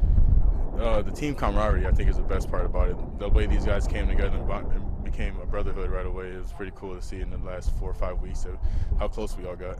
Now, those of you that have been following NLWN TV, Terante isn't going to be a total stranger to you because you did catch a few glimpses of him when he brought those Wausau East Lumberjacks over to play the Colfax Vikings in basketball. He was coaching them up in that one, and you know, if he plays football like he coaches, this is going to be a very successful season for the Cowboys. I do appreciate that. Yeah, it was fun to bring the kids out here and get my first coaching, my first time coaching an actual game. And I was here in Colfax, and it was good to see some of the guys come out and watch the youngins play. So, when not playing football, what are some other things that keep you interested or busy? If I'm not playing football, I'm probably coaching football. I'm a pretty defensive line and outside linebackers coach for Wausau East football as well. I coach basketball for Wausau East, so a lot of my time is spent with the youngins and the youngins in the city. So. All right, a few rapid fire questions, and we'll lead off with our trademark question: pie, ice cream, cake, or cookies? I'm gonna go with ice cream cake. Ice cream cake. There you go. 2 for the price of 1. How about burgers, brats, or hot dogs? I'm gonna go with brats. I'm from Wisconsin. Okay, what do you want on that brat? Ketchup, mustard, kraut, none? What do you say? Mustard and raw onions. Mustard and raw onions. There you go. Your favorite NFL team? Go Bears, baby. All right. Now, is there a football player in any era of football that you've kind of always admired and patterned your play after? I guess my leadership abilities and Ray Lewis. I love watching him play in high school. I watched a lot of his pump-up videos, a lot of his highlights to get myself going. So I would say Ray is one of those people. Now, Terante, if you had a superpower, what do you think that might be? The ability to fly and move as fast as I can. I'm pretty athletic, so me moving fast out here making me a better demon. All right. Now, if you have that ability to fly, of course you have to have a superhero name to go with that. So what's your superhero name? I've been called Superman my whole life by all my uncles and people close to me and my family, so I'm gonna stick with that one. We'll stick with Superman Terante. All right. We're talking with Terante Wilson today on Cowboy Profile. And how about a shout out to your family and the fans that might be watching the game? I appreciate all the family and all the guys at Wausau East football, Wausau East basketball, the coaching staff. Shout out, representing you guys today. You see everything I got on? It's Jack Nation, baby. Okay. Now, when people come to Cowboy games or watch our live stream, remind us, what number do you wear? What position are we going to find you? I'll be playing tight end and defensive end. I'll be wearing number 9. We want to thank Terante Wilson for joining us today on Cowboy Profile. Coming up next, more Cowboy Halftime. You've been tuned to Cowboy Profile, with a look at one of this season's Eau Claire Cowboy players. This has been a presentation of the Northern Light Webcasting Network and NLWN 2. Stay tuned. Coming up is more Cowboy Halftime. Drop Zone Septic and Portable Toilet Rentals in Eau Claire is the area's portable toilet provider specialist serving Eau Claire and the surrounding areas. We have portable toilets for construction sites, festivals, weddings, graduations, family reunions, and more. We also offer hand washing stations. Contact Drop Zone Septic and Portable Toilet Rentals by calling 715-577-0717. That's Drop Zone Septic and Portable Toilet Rentals. Remember, it's not a party until you have a porta potty. Today is Mother's Day weekend, and we at the Eau Claire Cowboys and the Northern Light Webcasting Network would like to take a moment to salute our moms and let them know how much we appreciate and love them. Here are some of our moms.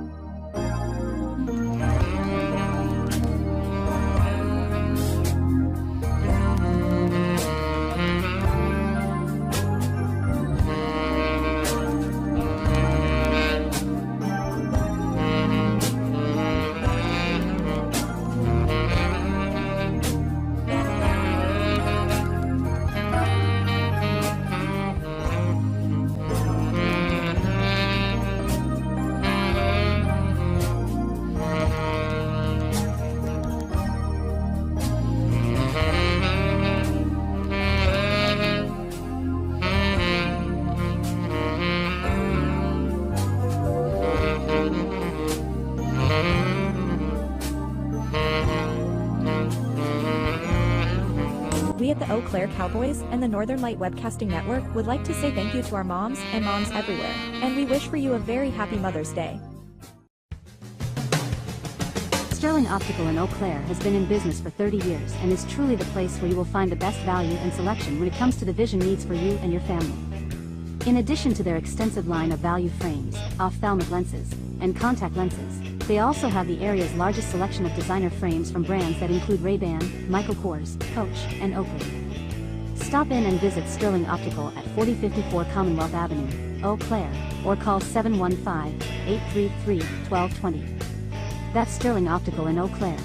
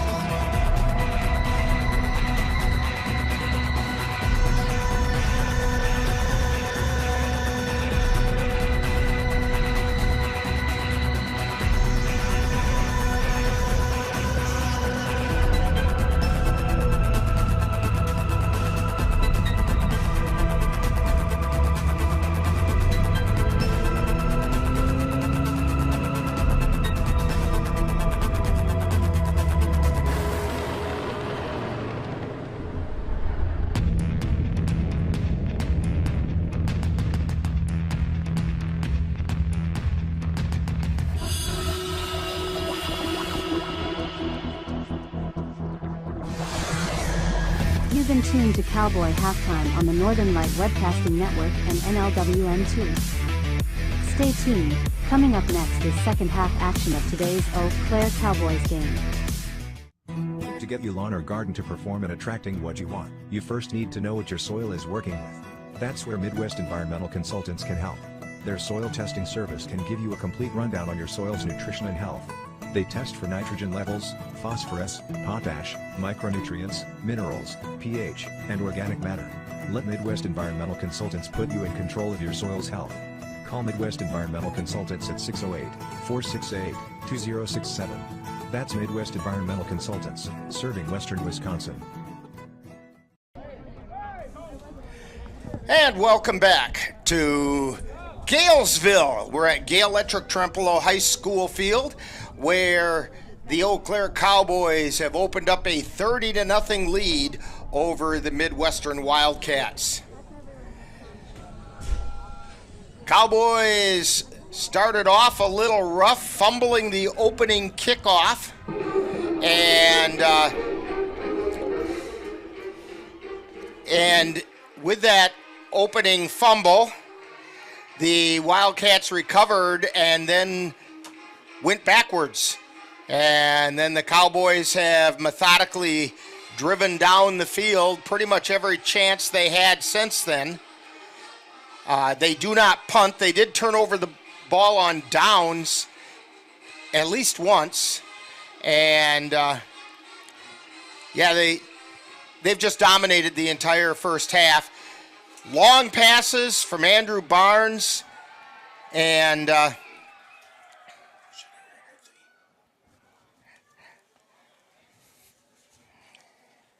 tell you what, let's take a quick timeout here as we get ready for the start of the second half. You're tuned to Cowboy Football on the Northern Light Webcasting Network and NLWN TV.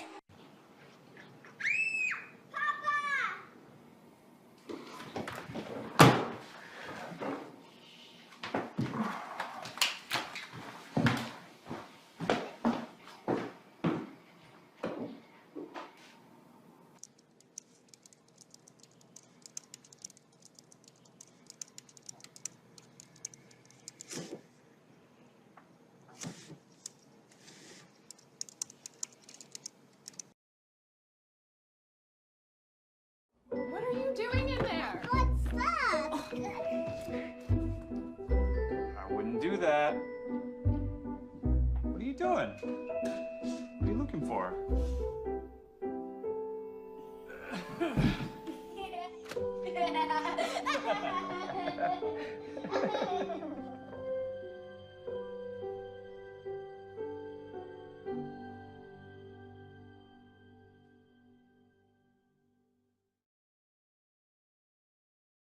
Ashley Furniture, the world's #1 furniture manufacturer, is seeking motivated individuals to work in the distribution center. We have full-time and part-time opportunities available. Flexible part-time schedules also available to fit your lifestyle.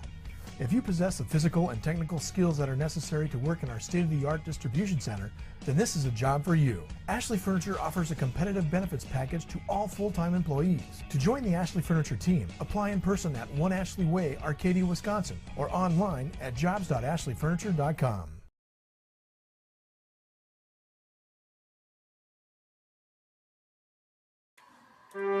Whether you're building, buying, or selling a home, it's one of the biggest decisions of your life. A professional home inspection gives you an independent, unbiased view of any problems and possible solutions, so that you'll have all the facts you need to make an informed decision. Contact Home Inspectors of America and Jared Heffling at 651-202-0334 for your inspection.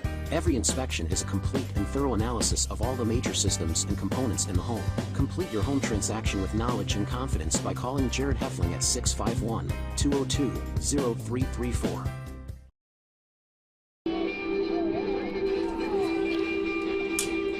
As we hear the Bonanza theme,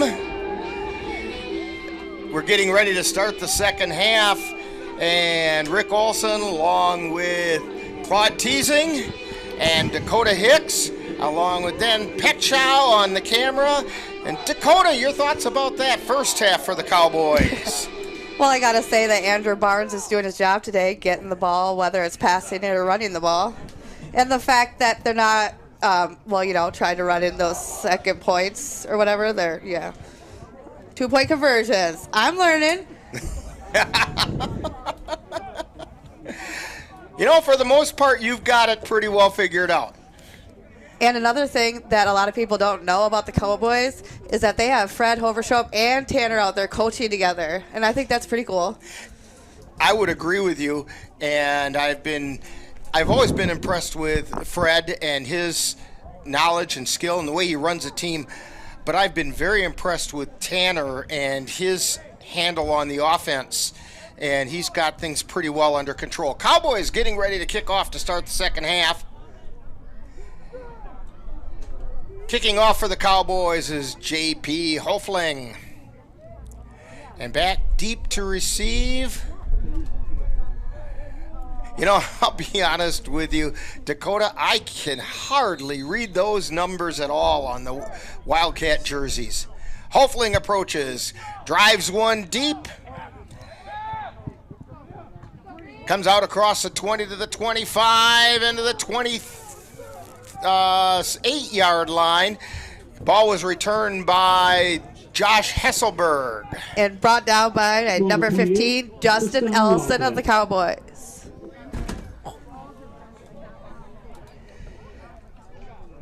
So the Wildcats have it 1st and 10 at their own. They're marking it on the 27-yard line. As we were saying before, this is a very nice high school football facility. Turf field, which means you have really good, solid lines, which is a far cry from what we had last week down in Beloit. Dan and I went over to that field in Beloit the night before the game, and there wasn't a stripe anywhere to be found. They did get some on there before the game. Wildcats come up to the line. Little confusion about who's lining up at which tackle. They have a slot on the right. Hughesby waiting for the snap. Quick throw. It's intercepted by the Vikings. Down to the 35, to the 30, to the 25. And he's still on his feet. And it's a pick six for the Vikings. A pick six. By Ray Liggins. Ray Liggins, attaway Ray. Vikings? Not the Cowboys? And again, just like the issue I had last week, I called them the Vikings. It was the Cowboys. So Ray Liggins takes it to the house for a pick six. Puts the Cowboys on top, 36-0. Claude's just about dying over here.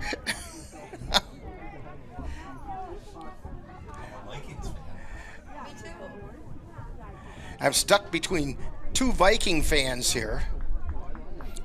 Boy, how about that Packers schedule, I tell you. Cowboys come up to the line of scrimmage looking for a 2-point conversion. Barnes has him at the line.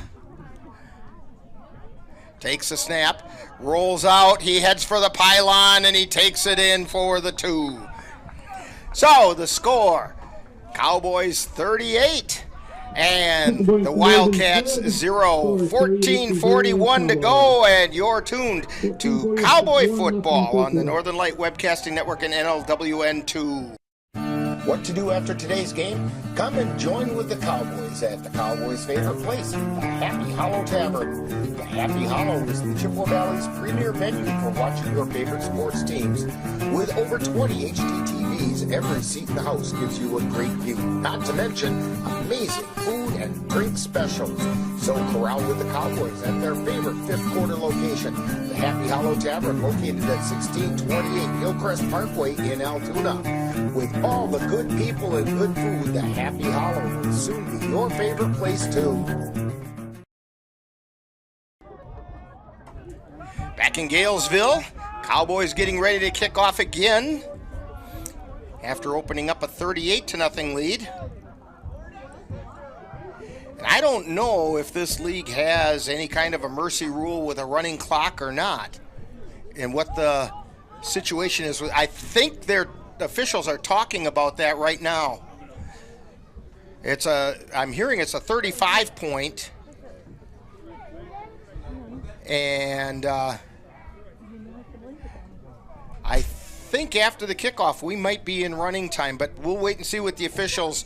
If they crank their arms around and around, that'll tell us it's running time. Here's the approach and the kick. Another nice deep kick this time, taken at about the 13-yard line. He's out across the 25 to the 30 to the 33-yard line, where the Wildcats will have it first down. And they're saying run that clock, so it is running time.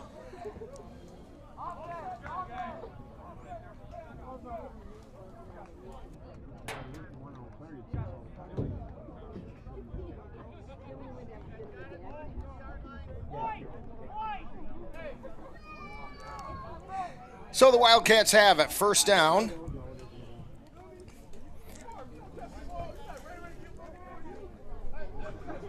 Cowboy defense wants to pitch another shutout.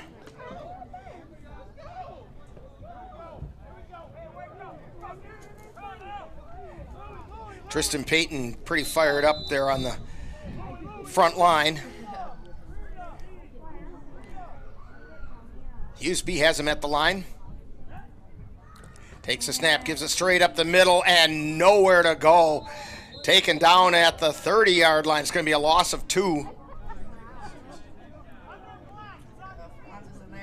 And I'm looking. It is 34. And Xavier Warren was in on the tackle. I could not tell who carried the ball. Cody Swenis, according to Dan, he's kind of like our extra spotter down there. Because none of us can see. All right, Wildcats up to the line. It's slot again on the right side.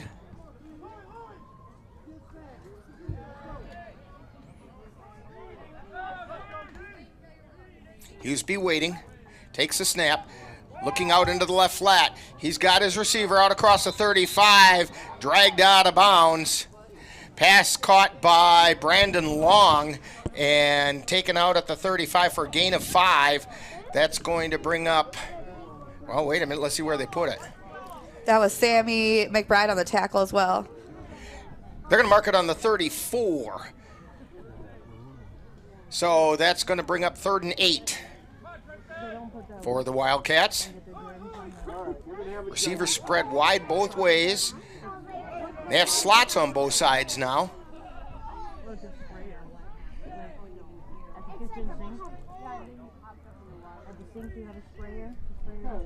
Hughesby waiting for the ball.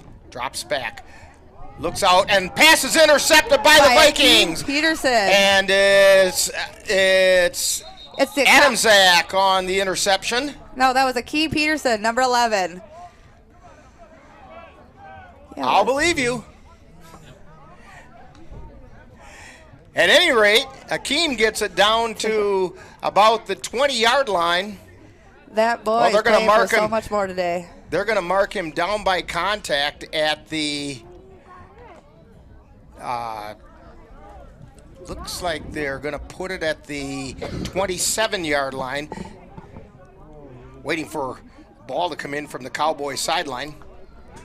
There it is.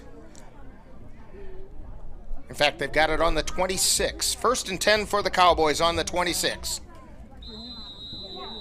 3rd interception of the day for the Cowboys.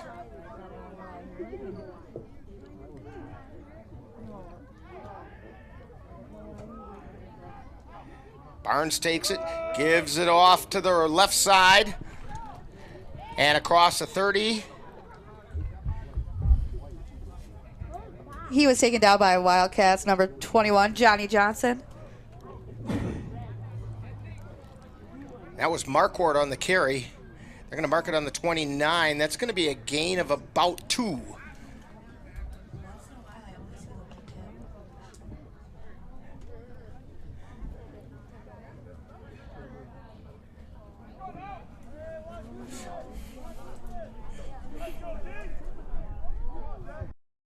We are experiencing technical difficulties. Please stand by. And as we had some technical difficulties. We now got things back, and U.J. Wilkerson just carried the ball into the end zone for a Cowboy touchdown, making it 44-0 Cowboys on top. And again, they'll go for a 2-point conversion. Fans, I'm sorry about that all of a sudden giving up on you there. I have no idea what the computer was doing. Gives straight up the middle to Wilkerson, and he plows ahead into the end zone for the 2-point conversion, making the score Cowboys 46 and the Mid-Western Wildcats 0. And you're tuned to Cowboy Football on the Northern Light Webcasting Network and NLWN 2. Whether you're a student athlete, a professional or semi-professional athlete, or a family athlete, when your body needs recovery, see the professionals at Athletic Wellness of Eau Claire. Athletic Wellness can help enhance recovery, help improve performance, and help prevent injury. Whether you require normatic compression, percussive massage, electrical stimulation, one-to-one stretching, or red light infrared sauna, Athletic Wellness can provide it all. Give Athletic Wellness a call at 715-514-2528 or stop in at 2914 London Road in Eau Claire. Athletic Wellness is the official performance recovery center for the Eau Claire Cowboys.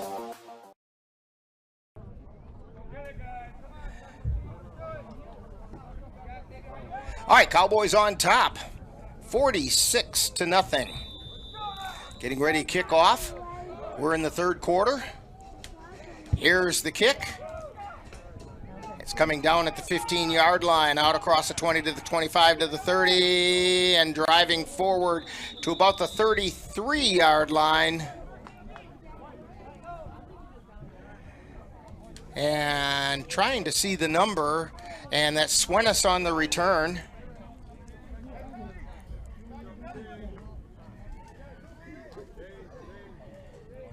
So the Wildcats will have it 1st and 10 at their own 32-yard line.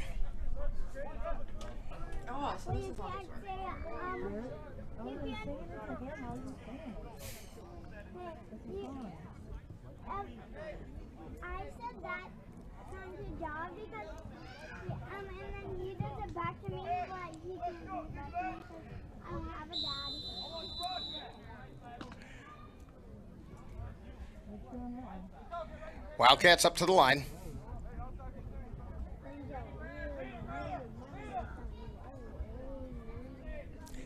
They may have changed quarterbacks. I'm going to see if Dakota can catch the number on that quarterback. I think that might be Devin Kvested. And he carries it, flings it out into the flat, and it's incomplete. Did not get back to the line of scrimmage. They could throw an intentional grounding flag on that one if they wanted. Swenis is that quarterback. He had no chance. Cowboy defensive front still putting on a lot of pressure. Jay Riley, Tristan Payton in the middle. Let's see, Xavier Warren on one side and Terrante Wilson on the other. That's the front four for the defensive front for the Cowboys.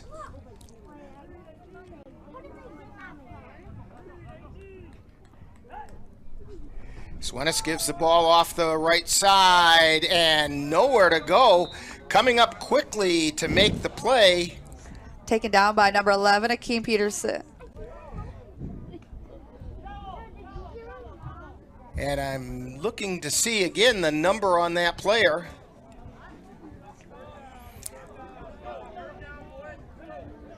I think that may have been Hesselberg on the carry.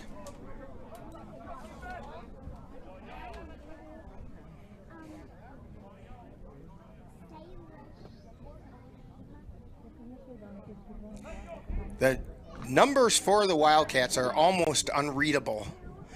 With that silver on the green, it just does not show up. Wildcats at the line. Swenis takes the ball, drops back, looking downfield, throws it on the right side. Pass is knocked away by the Cowboys. Defended that time by Jamar Davis. Pass was intended for Scotty Alden. And Jamar Davis jumped up and knocked it away.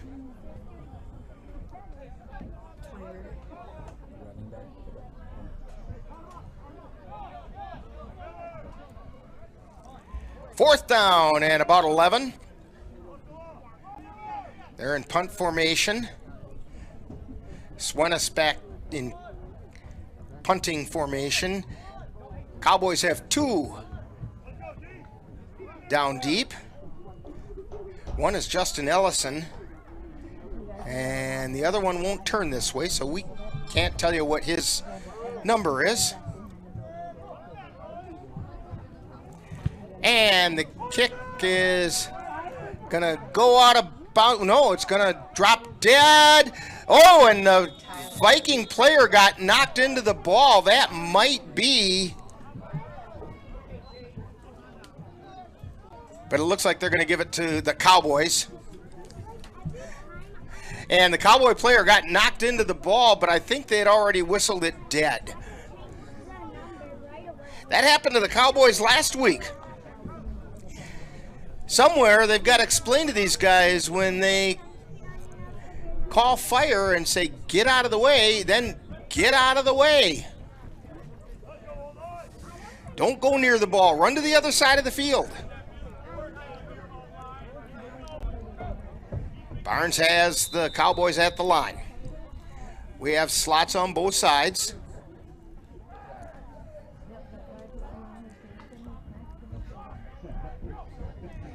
And the give straight up the middle. Cutting back and getting taken down at the 45-yard line. By Cody and we have an Swenis injured player. And Austin Sweefel.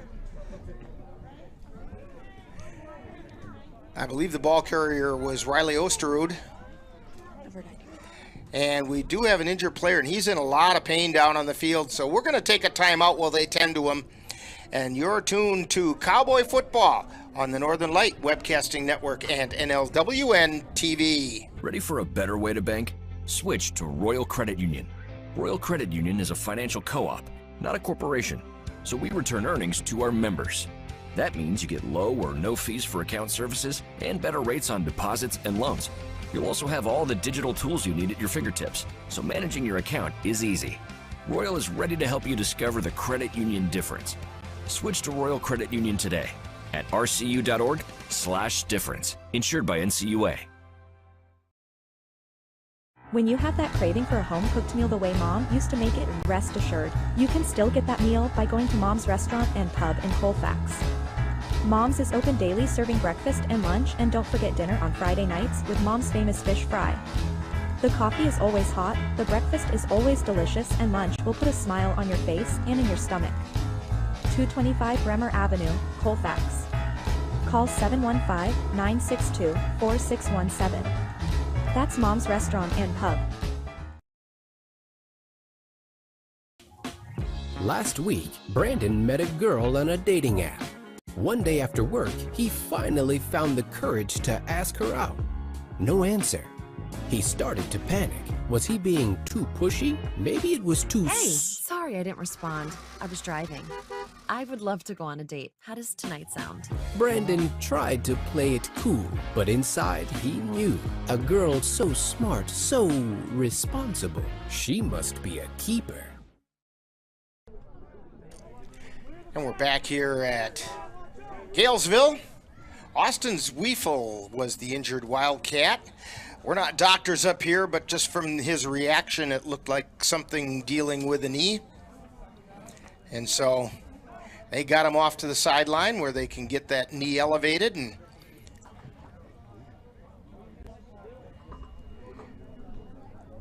second down. Cowboys with the ball. About 7 yards to go. Cowboys at their own 46.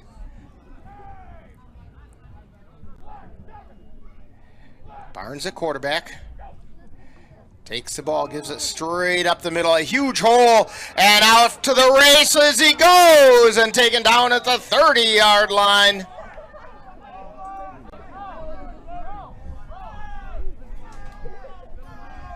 That was Marquardt on the carry. Taken down by number 8, Joe Sluga.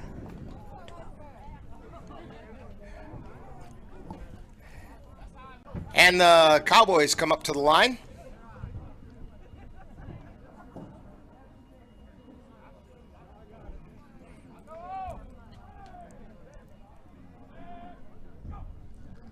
And again, the give up the middle is this time scoots around the left side, and taken down there is Marquardt. Let's take a look at that last play, the previous play. Takes it straight up the middle and around the outside and taken down. He did a nice job of reading the holes to get down to where we are now. It's 2nd and 9 for the Cowboys.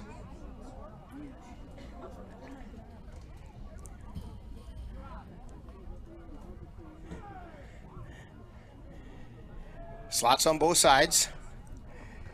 And they give straight up the middle again. And a big hole there, and carrying it down is Osterud. Riley Osterud on the carry.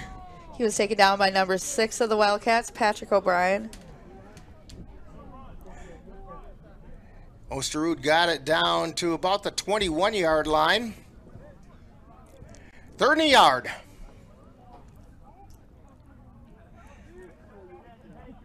Coming up on the final minute of the 3rd quarter.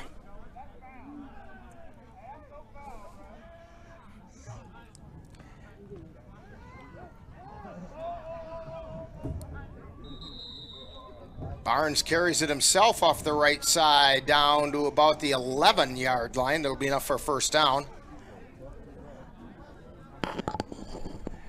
They're going to put it right on the 10.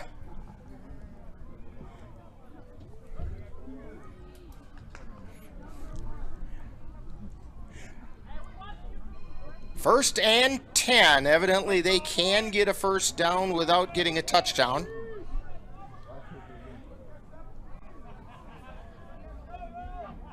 Barnes gives the ball straight up the middle, dipping and dodging his way down to about the 7-yard line.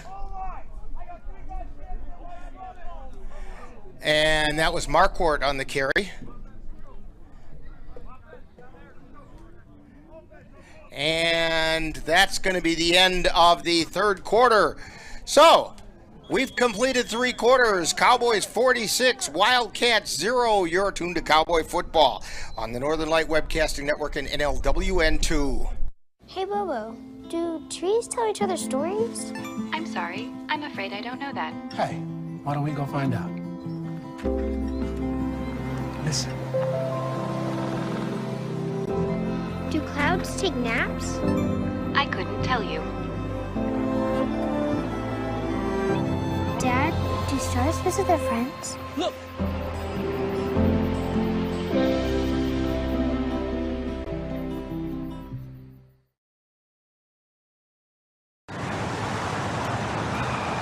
Let NLWN TV and the Northern Light Webcasting Network take you out to the ballgame.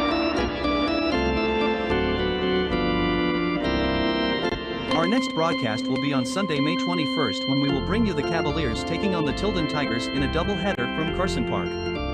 Live coverage on the Northern Light Webcasting Network audio service and on NLWN TV begins with the In the Dugout show at 12:05 p.m. That's live Eau Claire Cavalier baseball on Sunday, May 21st on the Northern Light Webcasting Network and NLWN TV.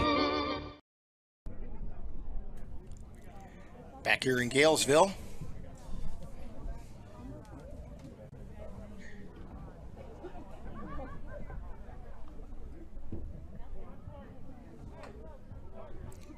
Barnes has the Cowboys at the line of scrimmage.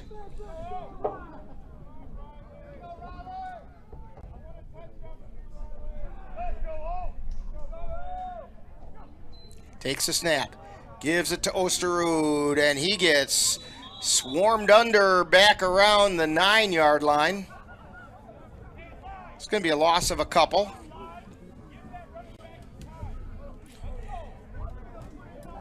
He was Third taken down. Oh, they're going to mark it on the 11. 2nd down and about 10, maybe even 11 yards to go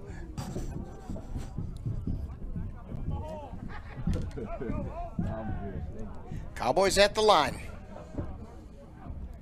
Barnes drops back, looks over the middle. Now he rolls out. We have a penalty flag coming in. Pass is incomplete in the end zone. Intended over by the pylon.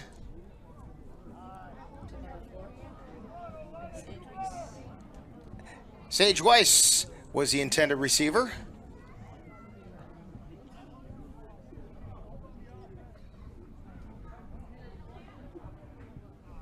Holding is the call against the Cowboys.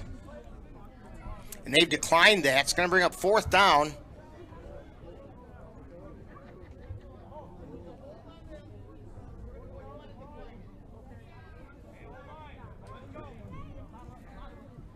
And they wind the clock.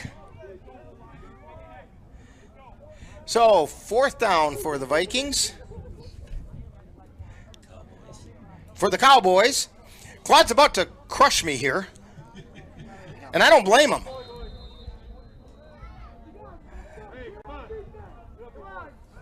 Fourth and about 10. Barnes drops back, throws over the middle, pass complete in the end zone for the Cowboy touchdown. Kari Dorsey. And let's take a quick look at that. Barnes drops back, he spotted Dorsey right over the middle. And a little dirty bird after it. Makes the score Cowboys 52, Wildcats 0.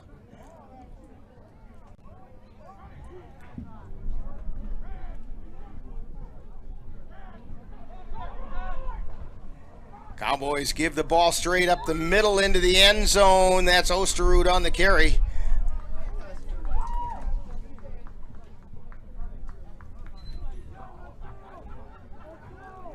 I think that was number 22. It's the getting that time of day where it's really hard to read the numbers. 21. It's 21. Okay. Jordan Renault on the carry. So the Cowboys up 54-0.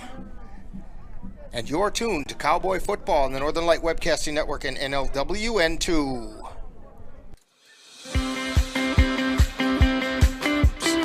NLWN TV and the Northern Light Webcasting Network are excited to take you out to the ballpark for Colfax Viking baseball. Zoom in when the play happens so I can see it. On Monday, May 15th, when the Vikings host the Elmwood Plum City Wolves. Our coverage begins with the bullpen show where we'll warm you up for baseball action starting at 4:40 p.m. That's Colfax High School baseball on Monday, May 15th. Okay. Cowboys getting ready to kick off. 13:41 remaining, and they're kicking it deep. Sort of. Picked up at the 25, out to the 30, to the 35-yard line, falls over that to about the 38-yard line. And I think it was Cody Swenis on the carry. Taken down by a combination of Sonny Richardson and number 22, Riley Osterud.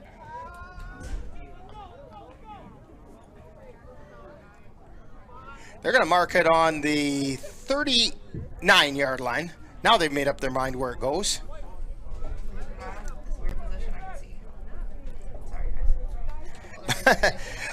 But, like I said, with the sun getting down as low as it is, we're getting sun smacked.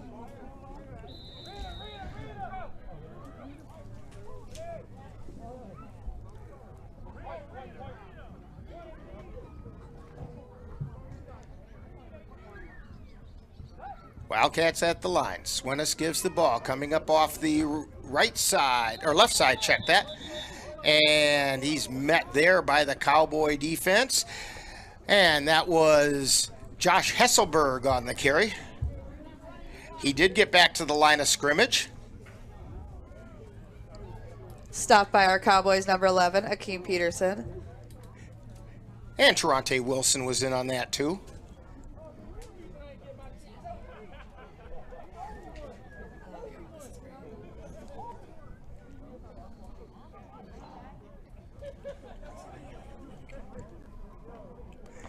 And Wildcats come up to the line.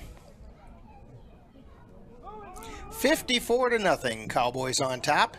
11:48 remaining.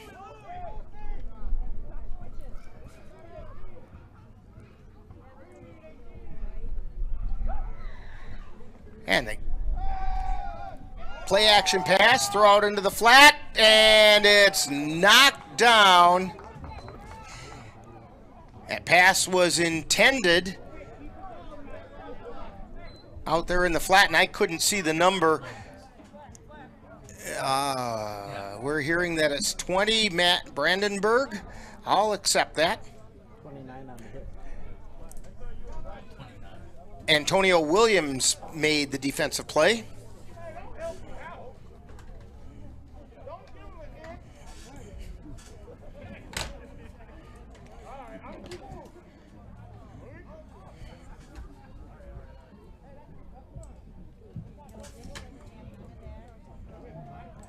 Wildcats up to the line.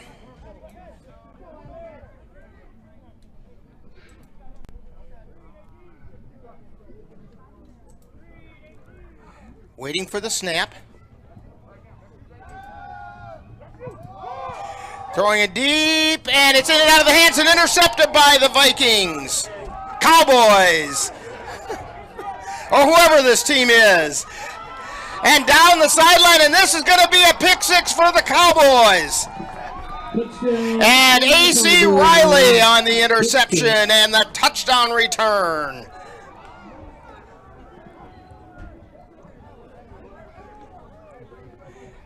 That'll make it 60-0 for the Cowboys on top. Ball was tipped in the air. A.C. Riley circled under it, pulled it in, and then took it back to the house.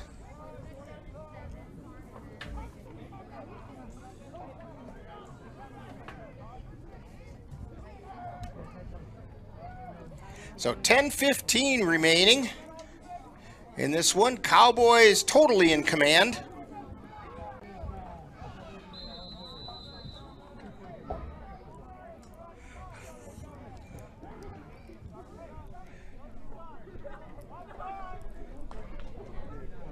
Snap and the give up off the left side, and he does not get in, and it looks like the Cowboys have made a quarterback change.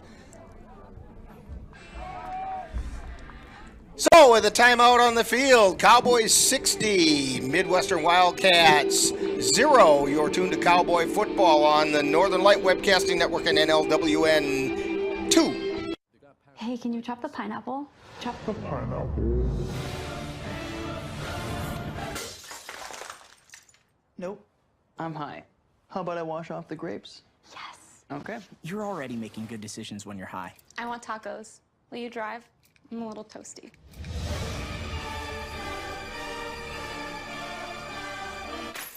Nope, I'm high. Got a new demographic.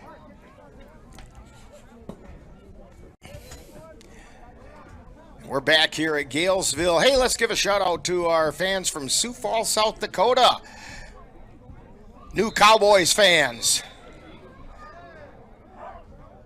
As the Cowboys leading 60-0 and kicking the ball off down to about the 15, and he drops it, picks it up at the 18, now looking for somewhere to go and not finding it. Gets taken down at the 20-yard line by a swarm of Cowboys. It was returned by Scotty Alden.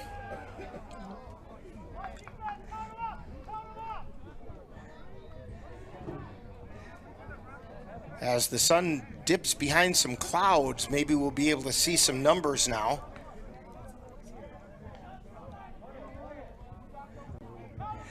.938 and counting.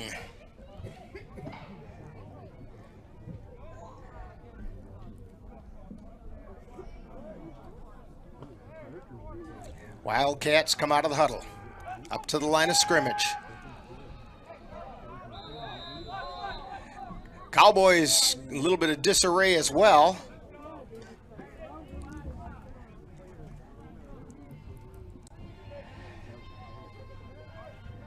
New bodies out there.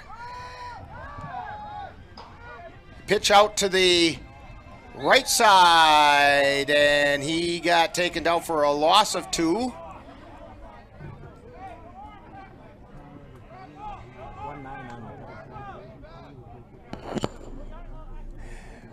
Ball was pitched out to Alden.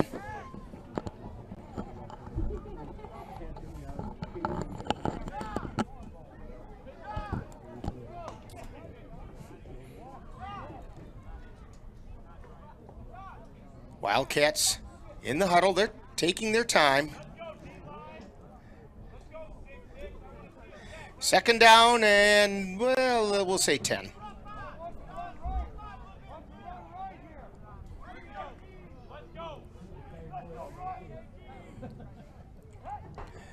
And the snap, dropping back, looking, and ball was tipped in the air and falls to the ground harmlessly, and the Wildcat receiver is pretty slow to get up.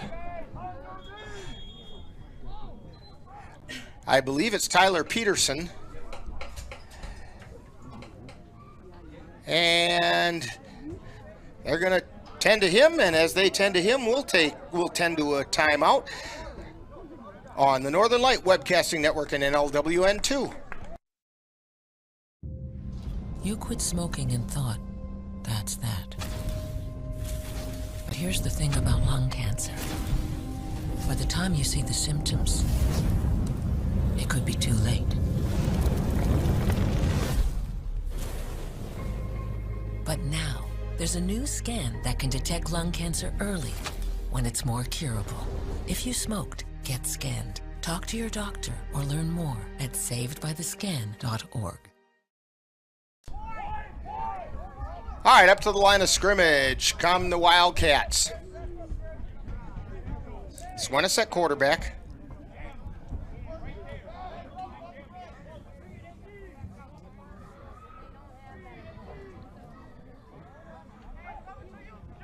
Swenis drops back, looking downfield. He flings it and almost intercepted. That time, Caden Smith had the good position and turned and couldn't quite come away with the interception, but he was able to knock the ball away.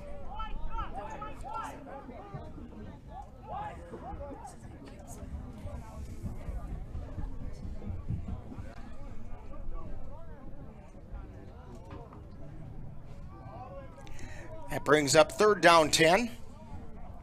4th down 10. Swenis back in punt formation, dropping back deep for the Cowboys.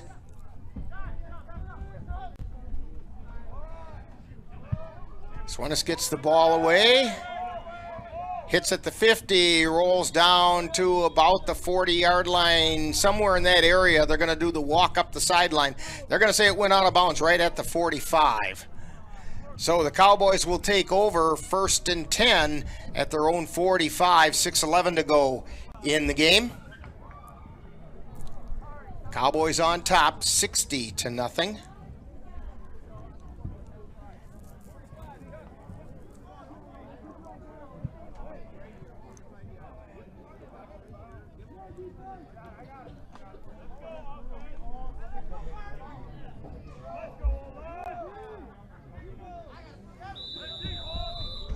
Cowboys at the line, checking to see who's at quarterback.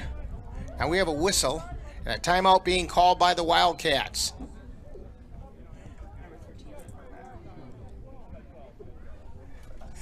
And so at quarterback, no, it's not him. Yeah, that's who it was. Yeah, Kerry.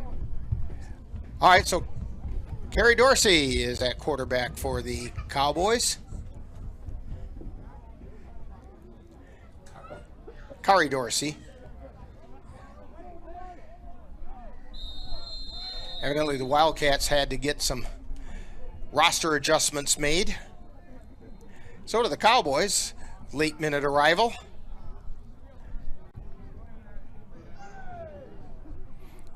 Dorsey waiting for the ball.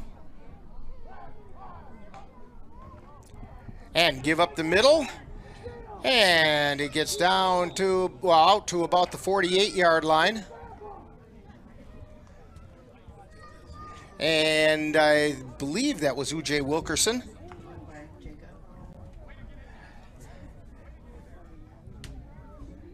Jacob Willamette on the tackle.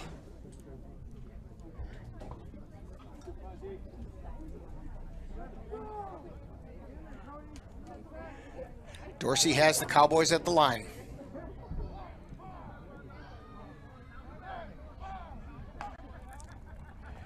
And the give and met in the backfield and taken down there for no gain. Trying to catch the number. And it's Riley Osterud. It's going to bring up 3rd and 11.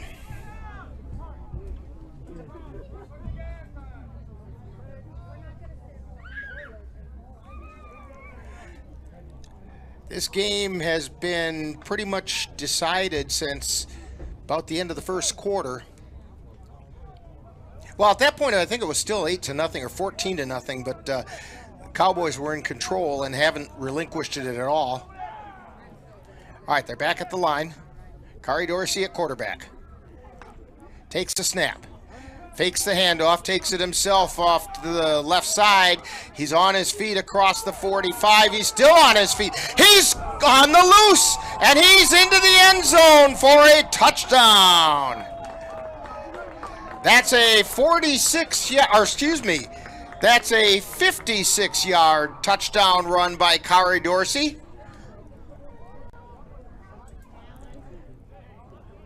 Making the score, Cowboys 66.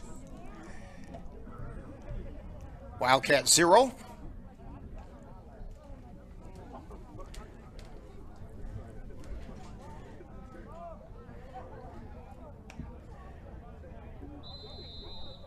I suspect there's some wishes over on the Cowboy sideline that they could put some of these points in the bank, because they may need them next week when right here at the same location they take on the River City Rough Riders.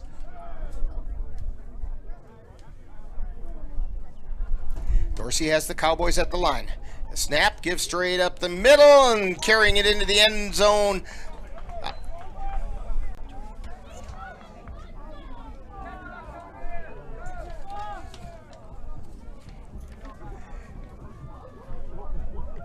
So the score is 68-0. We have a score from the Rough Rider game, and the Rough Riders are up in Merrill taking on the Central Wisconsin Bandits, and the Rough Riders are also in a running clock situation, leading the Bandits 61-0.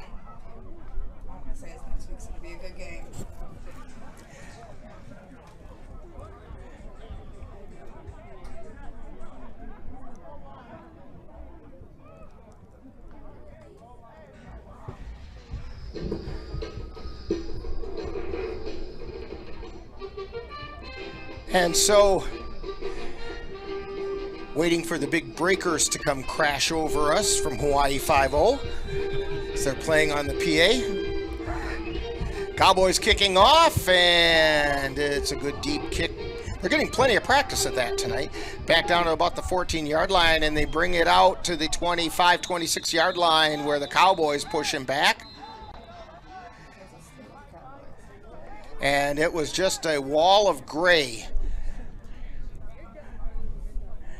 And they're going to mark it on the, looks like the 27-yard line is where they're going to put it. 1st and 10. And I believe that's going to be the 2-minute warning. So with 2 minutes to go in the game, the score, the Cowboys, no, they're saying run the clock. So we're not going to do a 2-minute warning. And that's okay.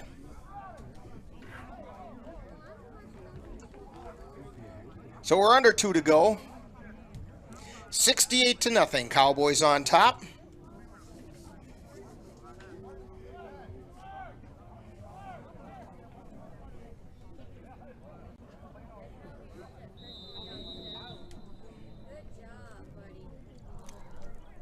Minute and a half to go.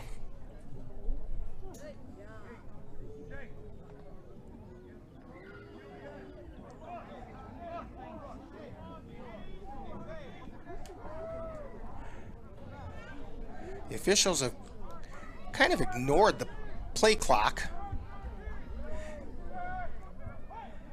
Here's a snap, dropping back, looking downfield, throw downfield, almost intercepted. Jason Arneson almost came up with the interception. You know, if he would have remembered to bring his own jersey today, he probably would have caught that ball. He needs his 87 back.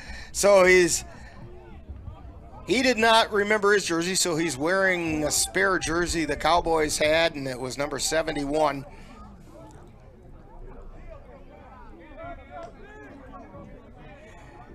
And of course, that's a lineman's number, so they're not expected to catch the ball, so he didn't. And in trouble in the backfield and taken down for a sack back at about the 22-yard line.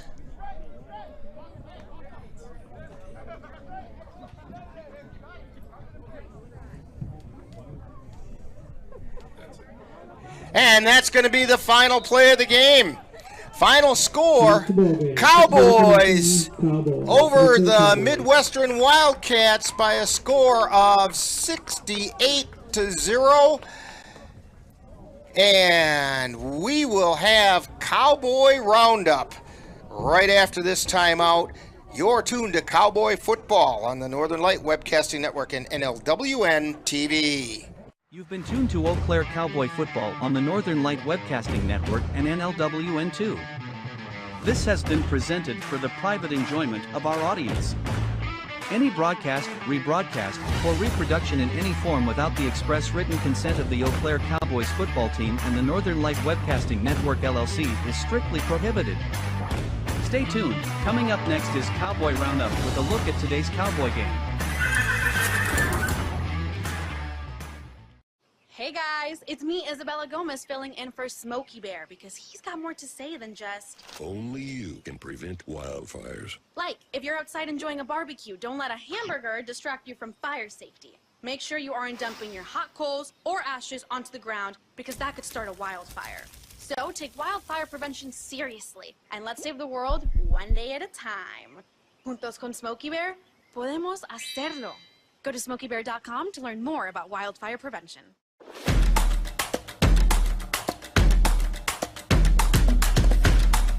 Time now for Cowboy Roundup. With a look back at today's Eau Claire Cowboys game. And now, back out to the stadium for Cowboy Roundup.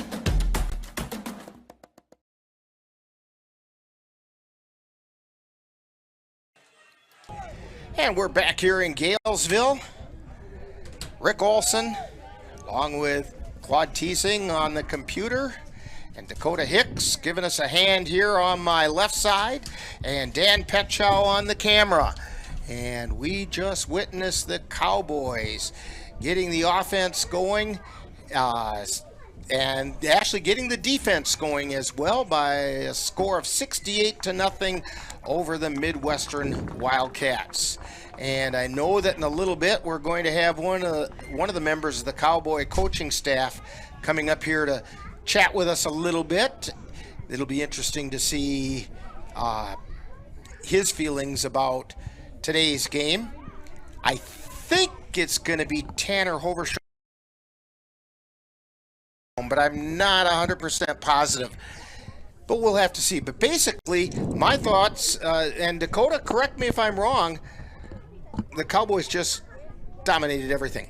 I mean, this is the momentum they needed to go into next week with the team that's winning right now, 61-0. Yeah, it's these are going to be two teams that are unbeaten on the season, two teams with unbeaten records in league play, and probably two of the favorite teams in the Northern Lights Football League, and they're going to meet head-to-head next week right here in Galesville. It's a home game for the River City Rough Riders, and then the Cowboys will get the Rough Riders up in Eau Claire in July.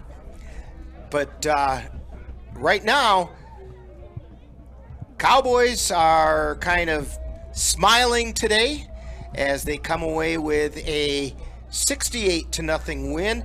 We don't have any reliable statistics. I think Coach Fred Hoversholm is heading over our way, so it looks like he might be coming up here. I think a big thing with the Cowboys this year is the respect that they have for that man walking across the field. That could very well be. Now, we're going to take a brief time out while we wait for Fred and see what he has going on. And with that, let's see. Yeah, with that, we'll take this brief time out until Coach Hoversholm shows up. When I was in foster care, I never knew when I would have to move, so I always had my suitcase ready to go.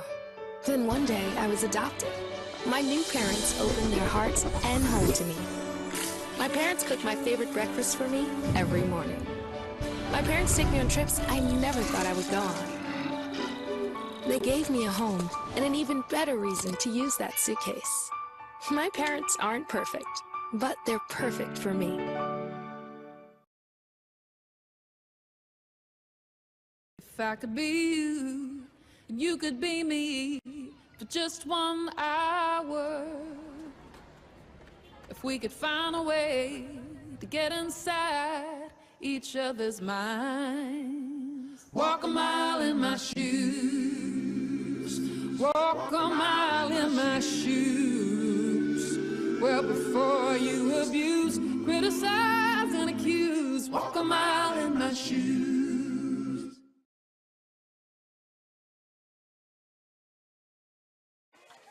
And we're back here at Galesville with Coach Fred Hoversholm. And congratulations, Coach. 68-0, and all phases of the ball contributed. Yeah, they did. We didn't start off real good again, just like last week. But, you know, I wasn't happy really with the whole first quarter. But they manned up, got together, and these guys have a brotherhood that's second to none. So proud of them to get a win like this with a new team. I'm speechless. Great guys. Well, you know, last week you didn't get much in points contributed by the defense. They played a heck of a game last week, but they didn't contribute points. This week they did. They did, and we talked about that before the game, during the game, in our little get-togethers with Coach Fred, and that they have to contribute and do their part. And they really went after it. Our defensive line, the pass rush was spectacular. DBs did a great job, and yeah, they were very opportunistic tonight. Yeah, they did really well, and you see now the athletes that are on this team to have that kind of movement and that time togetherness on defense makes our offense. They just gelled. I couldn't be more prouder of a team. I said that last week, but Rick, I'm shot. They were awesome. And the Wildcats, who won last week, just couldn't run the ball at all. Your front four and the linebackers just created this gray wall in front of them, and there was nowhere for them to go. Right. And there, you know, again, the communication with the calls and everything, Coach Minnow did a great job. The captains did a great job. You know, we have stuff we have to work on. But, I mean, anytime you get a win like this, you're satisfied with it, but we have to do better. And then on the offensive side of the ball, Andrew Barnes threw some beautiful passes downfield, connected with receivers, made big plays, and eventually wore the Wildcats out to where your running backs could just chew off huge chunks of yards. Yep. And that was our game plan at the beginning, and you've coached football, Rick, so you know what we were doing there. And it did well, and they came out and ran high. The offensive line struggled in that first series again, and you know, we talked about it, and they came around, and the running backs today, all of them ran punishing. Not just fast, but they punished. And, of course, we had to give Jason Arneson a little bit of grief. He had that one right in his hands and didn't catch it. But we blamed it on him for getting his jersey and having to wear a lineman's jersey, and linemen don't catch the ball. Right. Well, you know, maybe, Rick, we didn't pay close enough attention. Maybe he had lineman gloves on. I didn't check them. So. Oh, sure. Okay. Well, congratulations, 68-0 next week. Boy, is this a big one coming up next week against the River City Rough Riders. Yep, it's going to be, you know, they're the class of the league. They have been for years, not just here, but nationally. Dan's a friend of mine, and he does a great job with that program. We're trying to match up with them. We'll see how we do. We'll give them a good game. We'll do our best, and whatever happens, happens. They were in the fourth quarter up 61-0 with the last report that we heard in running clock situation. So very similar game to what we were having here. Yeah. And so 2 really tough teams going against each other next week. Well, we're looking for it. We'll be right back here in Galesville, and we'll give it our best. And to be on the field with a team that's an elite team like that, I feel my team is a pretty elite team too. And, well, we'll see let's see what happens next week, and here's the best to you, and hopefully the Cowboys can make it happen next week. That's Coach Fred Hoversholm. Thank you for joining us today, and we'll take this brief time out, and then we'll wrap things up on Cowboy Roundup on the Northern Light Webcasting Network and NLWN 2.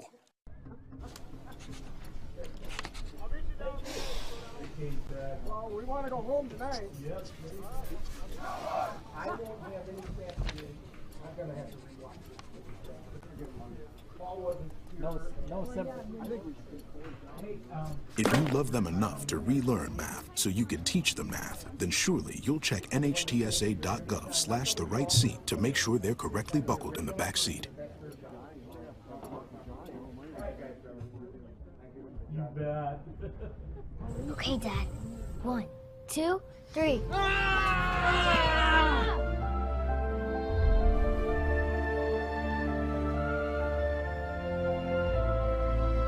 You saved me. Dad? Are you okay? I'm fine, dear. Your hero needs you now, and AARP is here to help. Find the care guides you need at aarp.org/caregiving. And we're back here at Galesville at Gale Electric Trempealeau High School.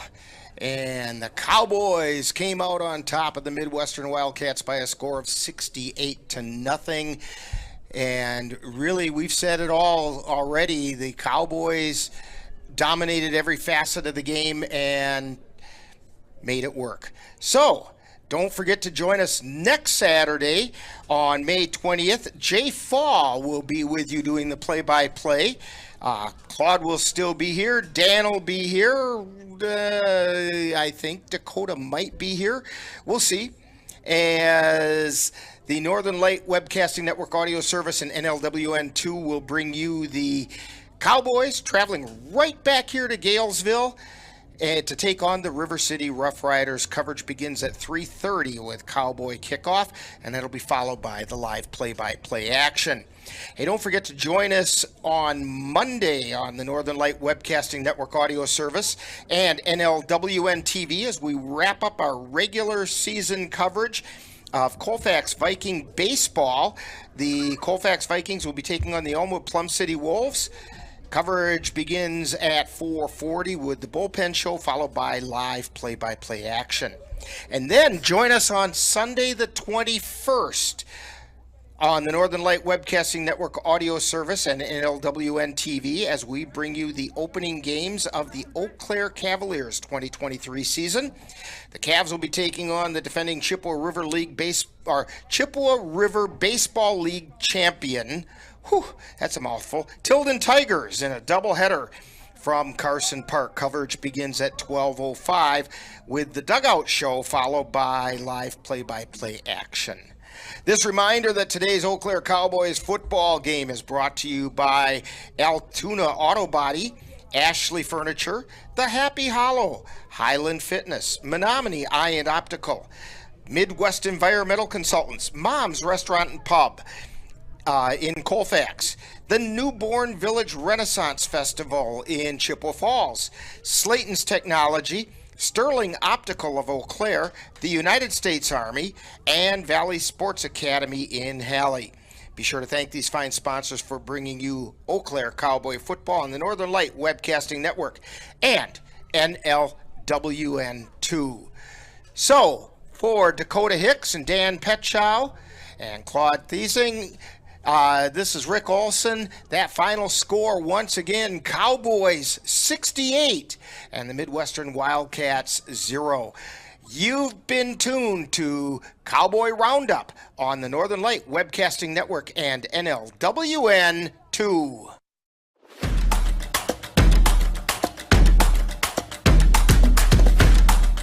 You've been tuned to Cowboy Roundup, with a look back at today's Eau Claire Cowboys game. This has been a presentation of the Northern Light Webcasting Network and NLWN 2.